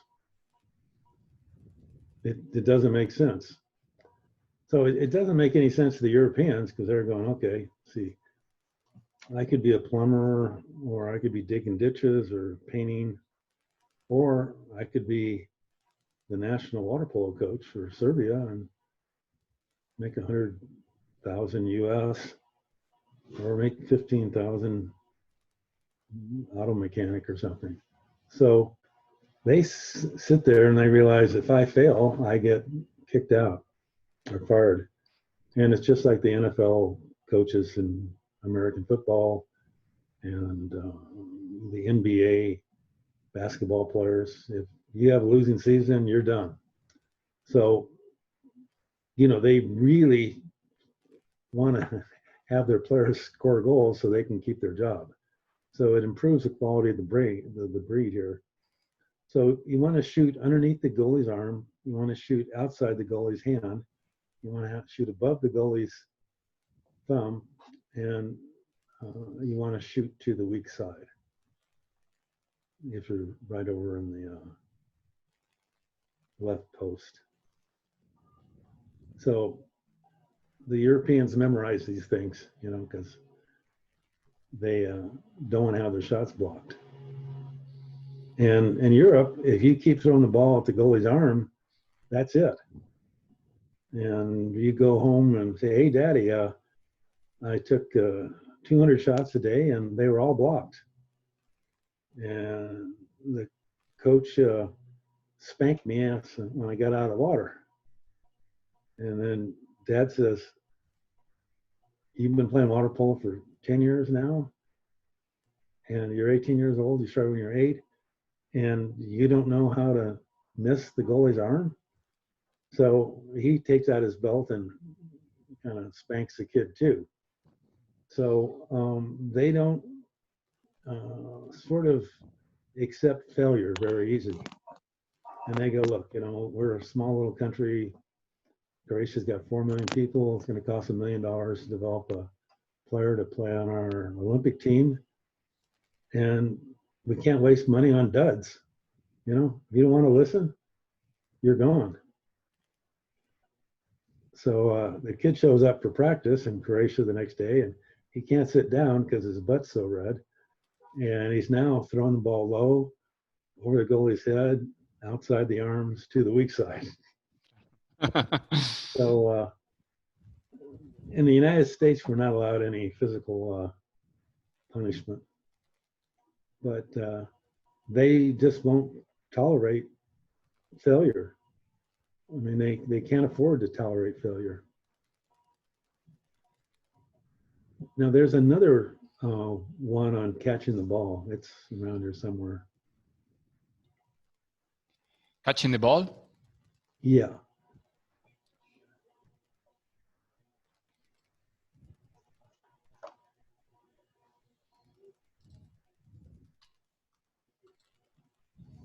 Any questions at all so far?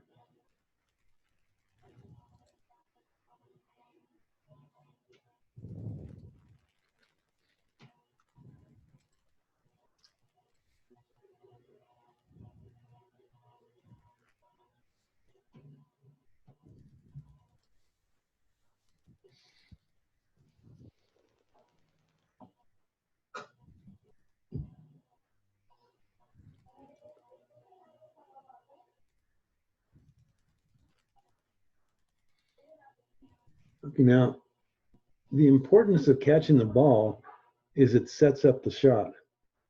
So the Europeans would say, well, Jim, it's a 1, 2, 3. And I go, well, what's a 1, 2, 3? And they say, well, the catching motion sets up the cocking motion, sets up the shooting motion. And I go, what do you mean? I catch the ball, and then I cock the ball, and then I shoot the ball. And they go, no. It's all one motion. The 1, 2, 3, you know. Yeah, this is the across the face catch. I have this. Well, I guess we'll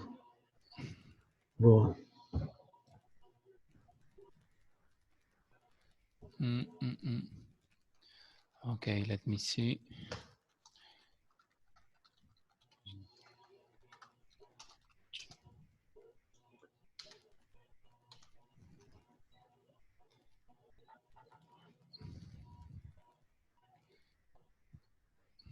I have this. Well, I think you were pretty warm when you got to catching the ball across the face, because right before that was the regular catch. Before? Yeah. You're kind of like at the beginning of the book, I think, the PowerPoint. Yes. No, I have the passing reels. Okay.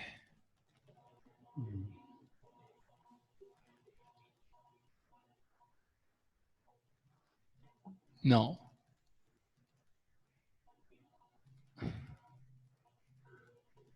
So while we're waiting, so anyway, they say that the catch is more important than the shot. And I go, huh? What? How can the catch be more important than the shot? So I could see on their faces, they go, oh, this guy's a dumb American, you know. So I go, boy, somebody doesn't like Americans around here. I think they just banned us from even traveling to Europe. I think that'll come July 1st. So, so I was thinking, how can the catch be more important than the shot? And, you know, I was just going, what's going on here? So they say that the catch, well, let's stop right here. Okay. Okay, so they're going to say that when you catch the ball, that sets up this perfect body position that you see here. You know, left foot forward, right leg's back, hips are cocked, turn to the right, you know, arm is cocked. So if you catch the ball incorrectly and drop the ball, then you're square and you're low in the water and your legs are together. And if you decide to shoot, it's going to be a terrible shot. So catching sets up cocking, sets up shooting. 1, 2, 3. So a bad catch is going to lead to a bad shot. And if you catch the ball and you're falling over and you're falling on your back, you're dropping your elbow, these were all caused by a bad catch, not a bad shot. And so you've got to go back to the beginning to see what caused the end failure in the shot. So catching the ball correctly is just critical. Now, a lot of the women in the United States, they got big hips. I'm sure they got big hips in Argentina too. Yeah, right? yeah. They don't want to move that right leg straight back. So they'll have their legs together. They'll be square. And when you're square, when the ball hits your hand, then the ball just drops. And if you're strong enough to catch the ball in a square position, then you end up falling on your back. So if you decide to shoot, that's a terrible shot. And if you want to finally shoot, then you got to reset your legs and you lost time. So being square meant that you can't really catch the ball. So there's a thing called the pre-stage. And, you know, you start off square and you're egg beatering and everything. And, you know, egg beaters is kind of resting. But, you know, most people don't egg beater with their left foot forward and their right leg back. So they, let me see here.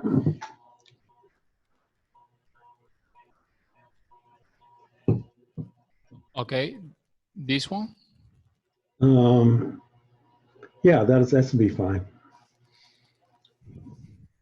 Okay, now, if you notice, that person doesn't have a long arm extension, a long arm cock. And if you notice where his right knee is, his right knee is kind of actually in front of his hip.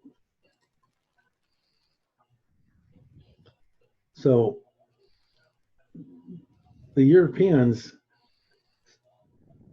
they developed all this great theory that doesn't make any sense at all. So they would say that the right leg is more important than the right arm. And you go, huh? What? Are you guys screwing with this again? I know you Europeans, you always keep lying to us Americans, you know, like, and we're kind of gullible or something. So, you know, so the right leg here, if it extends all the way back, you've got a long arm cock. If your right leg is underneath the hip, then, yeah. Okay. Let's go back to this guy. If your right leg is underneath your hip, then you have a short arm cock. So what I'm going to have you guys do is a demonstration. So you're going to stand up with your arm straight over your head. And you're going to have to get out of the chair, stand up. And then the first off is you try to move your right arm back as far as you can, which doesn't move back very far at all, a few inches. So then if you have any brains at all, which, you know, in the United States, brains are real limited. We got to import brains from South America, you know, Mexico, Japan, India. So if your arm's up here, how can you get a long arm cock this way? So if you swing your right leg back, I guess you can do it in a chair. It's real easy. All of a sudden you end up with a real long arm cock. And so the right foot created the left shoulder point, the left foot forward, and gave you the long arm extension for a power shot.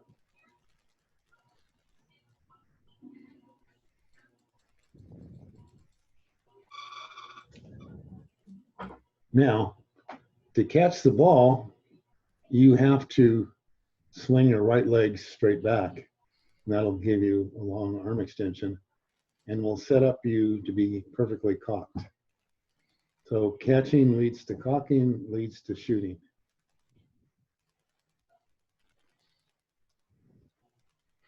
I don't find graphics. Yeah. Maybe there. Yeah, this is pretty good.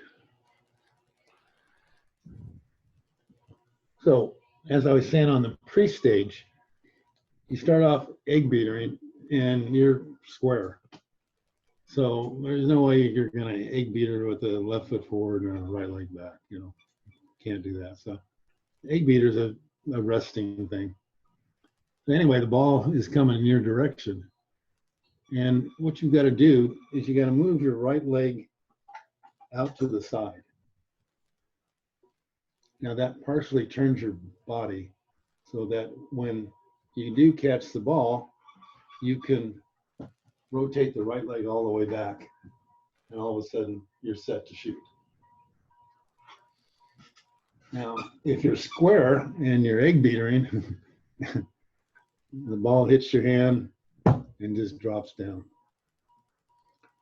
So this pre-stage where you kind of move your right leg out to the side, that cuts down the amount of rotation you have to do to have a long arm extension.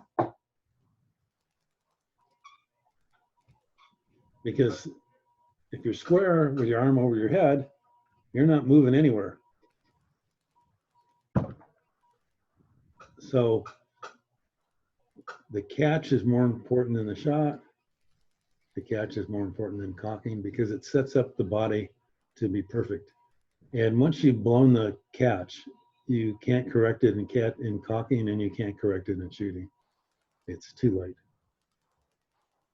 So the beginning is everything in catching the ball.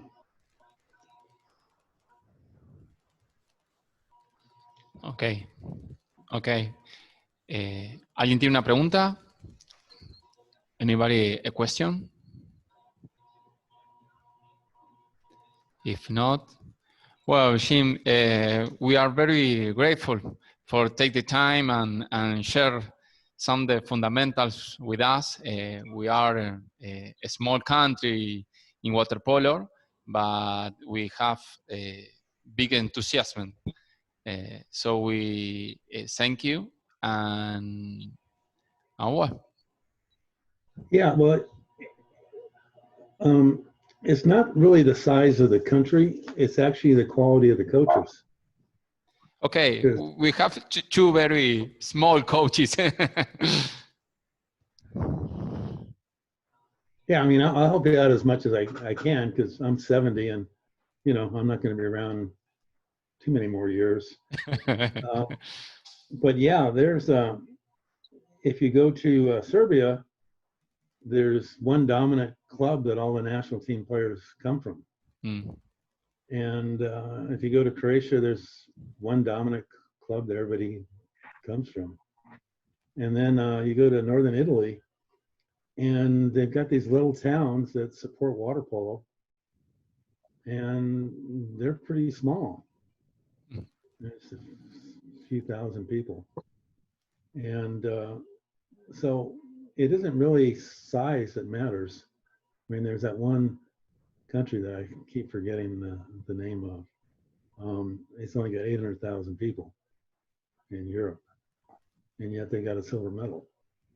Yeah. Argentina's got more than 800,000 people, right? Yes, I think we have to make greater our coach, but we trying with this stuff, with looking for more information that is tested and is developed in another country. So this would help us a lot, I think. Yeah, this PowerPoint, you know, you can give it to everybody. I will do.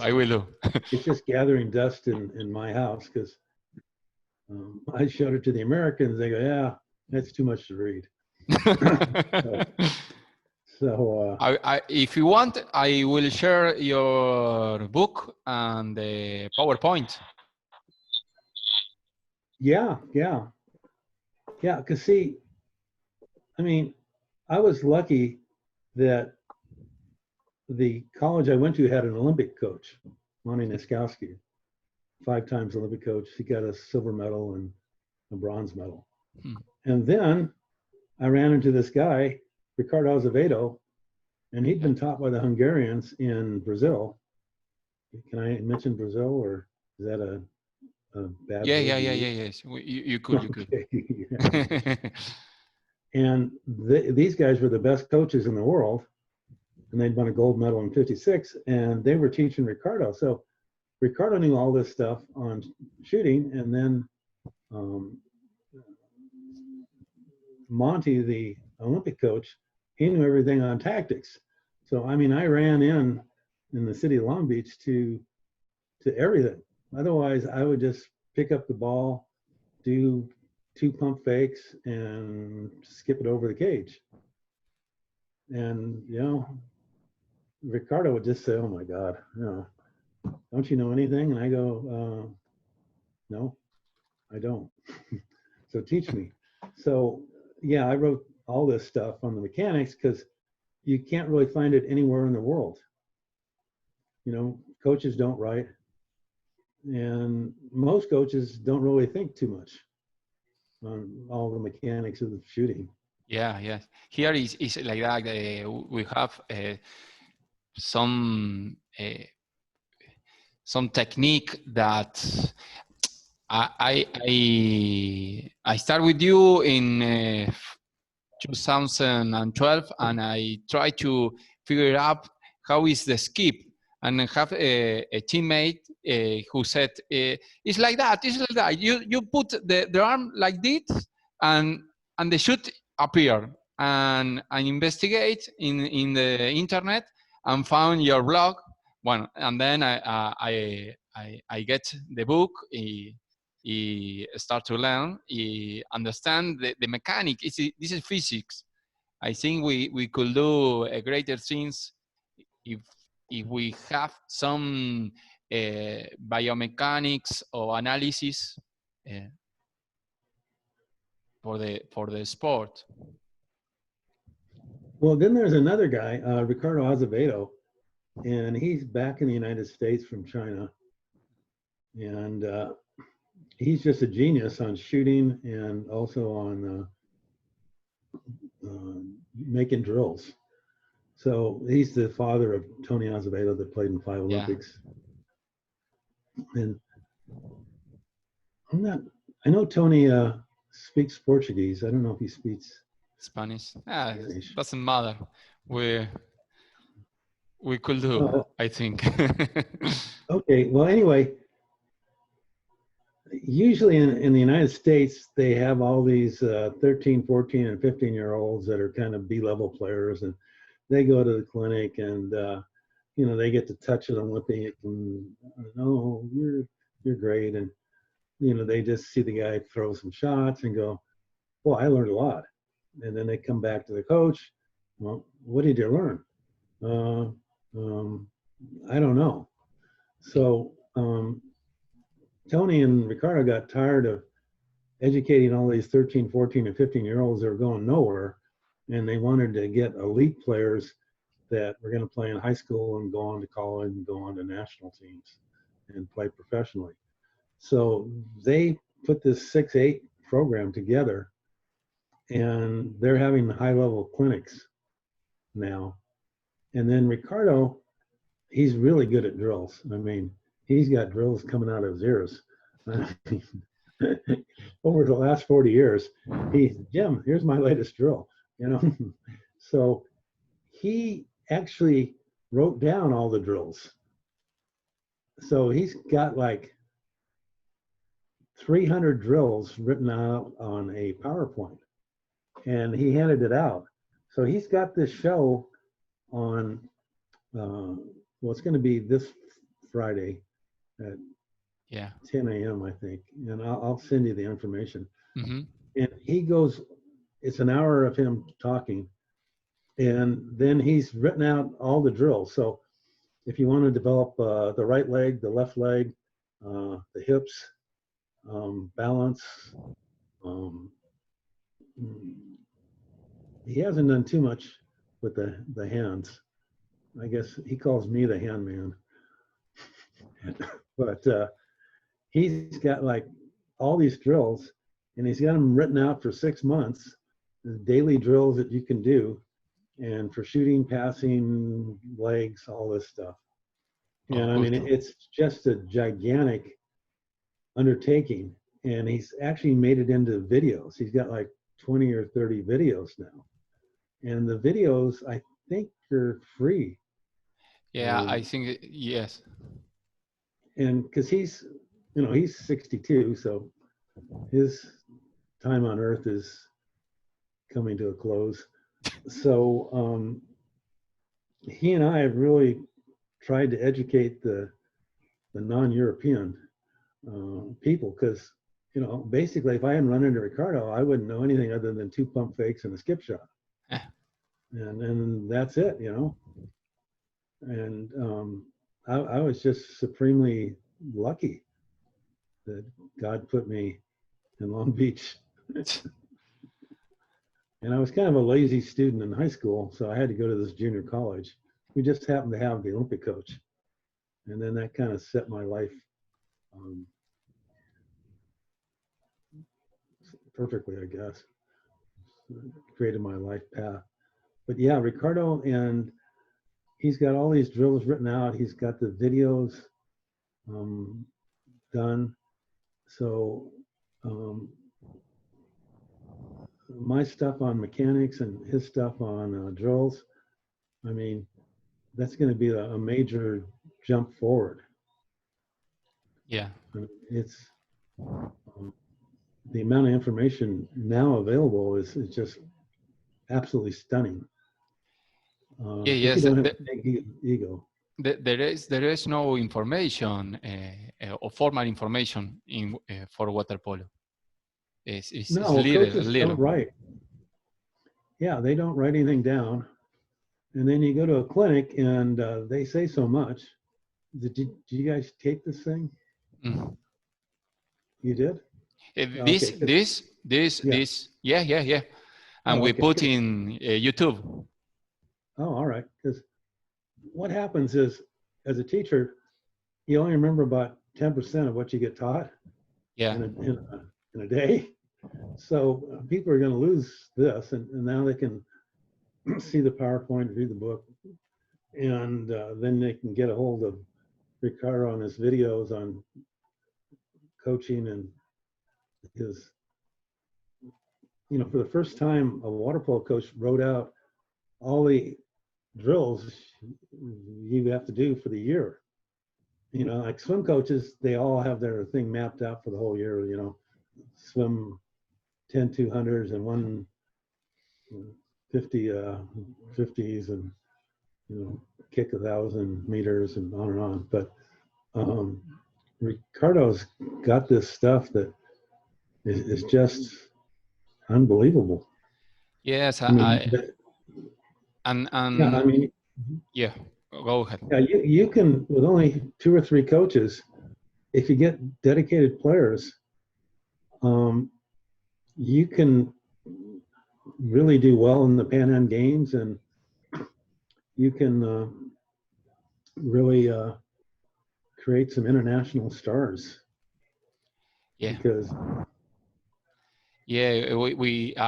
I see in Argentina spend more time swimming than doing some drills to make good or better shots or better flotation or better elevation. The coach here doesn't do drills. Very few drills I see, and if it does, is floating like 20 minutes floating, and this is and the lack of drills like this or information or biomechanics. I think we can do something sharing this stuff. Yeah, I mean, if you get the stuff from me and Ricardo, and you could probably beat Brazil in the Pan Am Games. Brazil, the only reason why they're good is they had Tony and Ricardo there. Yeah. And then Ratko Rudic from Croatia. Olympics, yes. Then old Ratko managed to get all these Croatians citizenship instantly in Brazil. Yeah. So, Brazil actually did better in the Olympics in the United States. So they got 8th and we got 10th. Yes, they had 2 meters, a Croatian Brazilian guy in Brazil for the Olympics. Yeah, so I mean, they did that in 2 or 3 years. And I mean,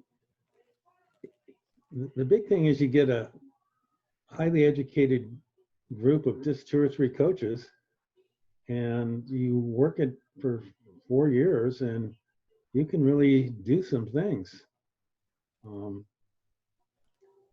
Like Japan imported all these great coaches, and Japan had never done anything. And then in the last couple Olympics, Japan's beaten the United States. Yeah. And we're kind of going, how'd that happen? Japan, how could they beat us? So,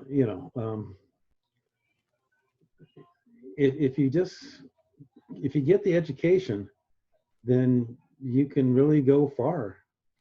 And then you just have to, again, Croatia's just got one big club that produces all their players, and Serbia's got about 2, and they've got about 7 or 8 million. Well, yeah, they got 8 million people. And Hungary has got 12 million people, but they basically just have 2 clubs. So when I talk to these European coaches, they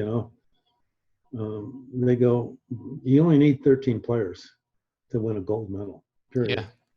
So, like the United States has got, I think, 50,000 water polo players.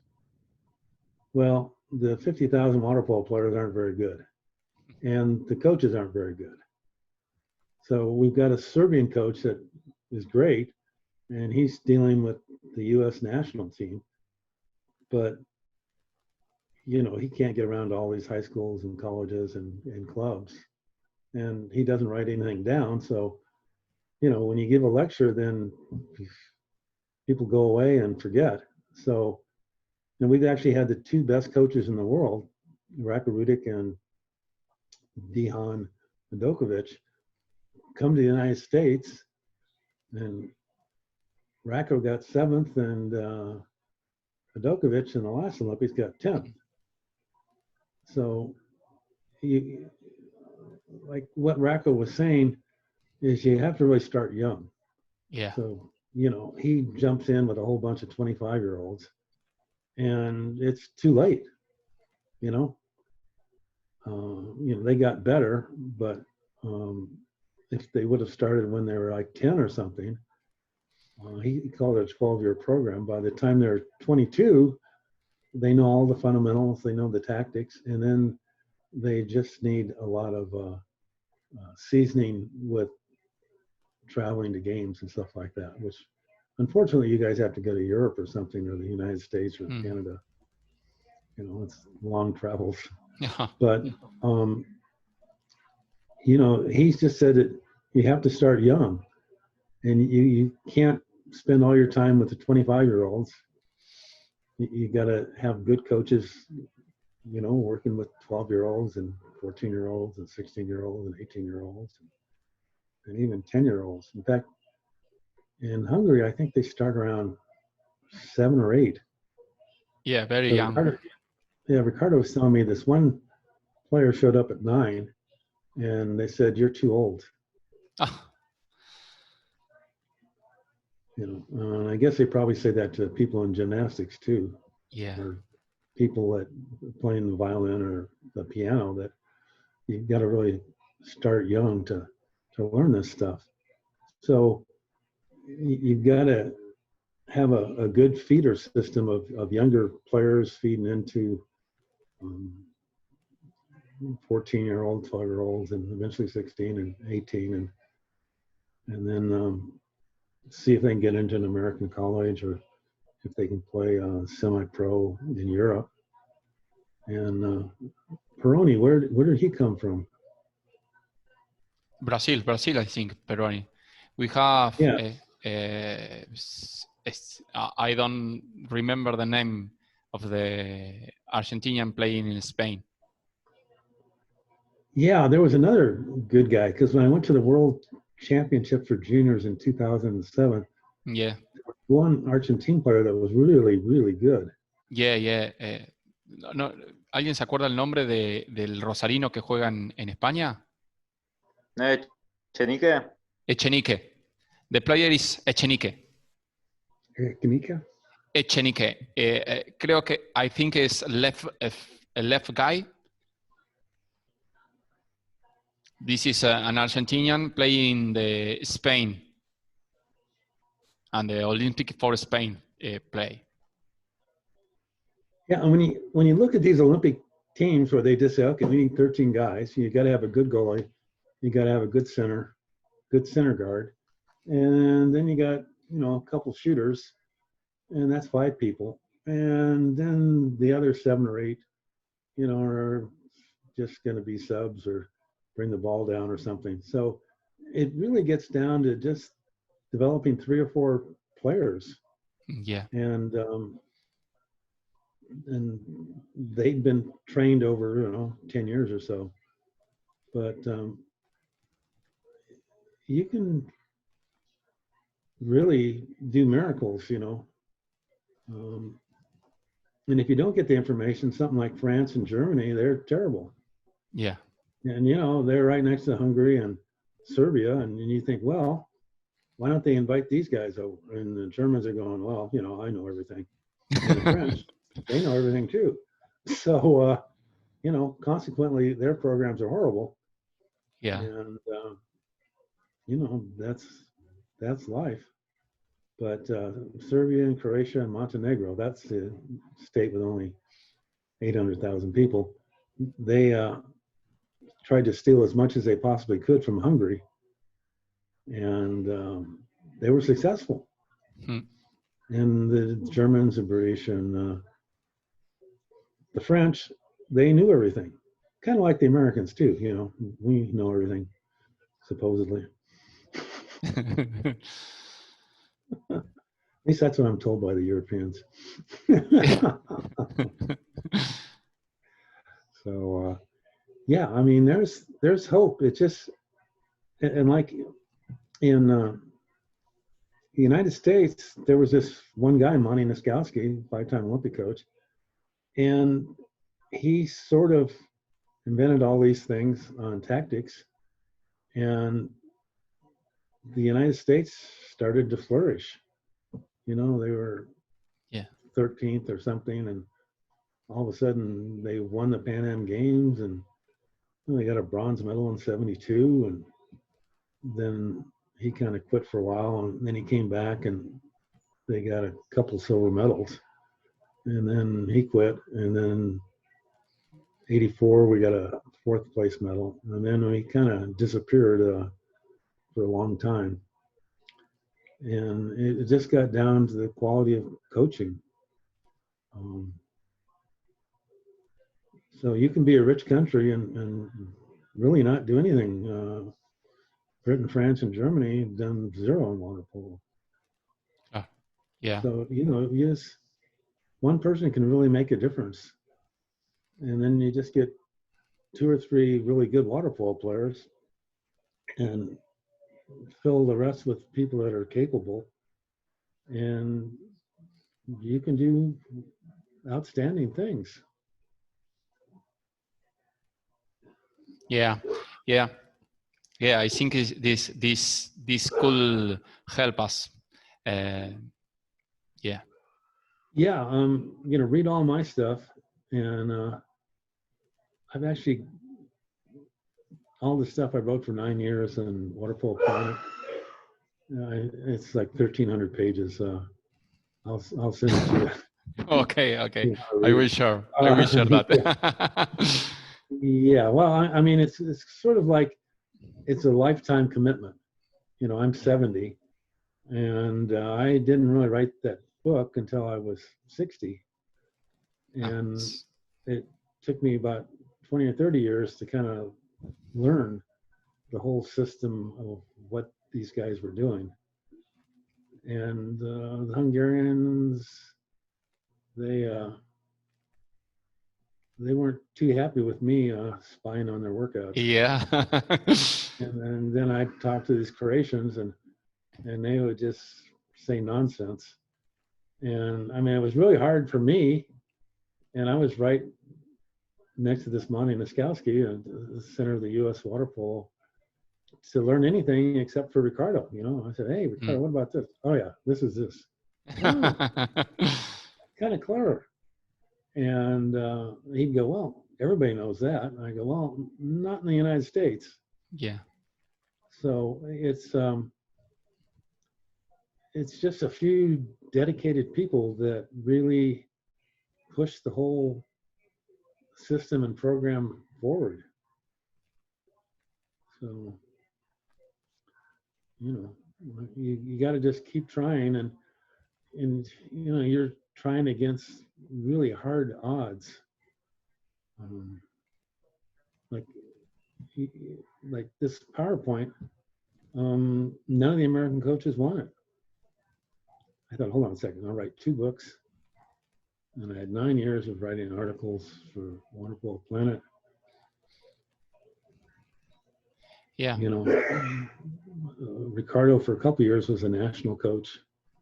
He was a college coach for 6 years. You would assume that with that brain trust, we would have gone to do great things. But none of the Americans wanted to learn anything.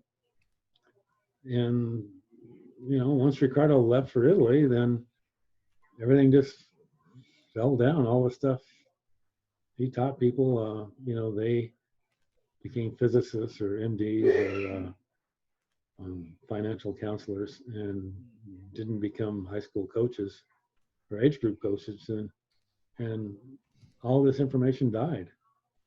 Or well, I don't know if it's dead, but it's not being used.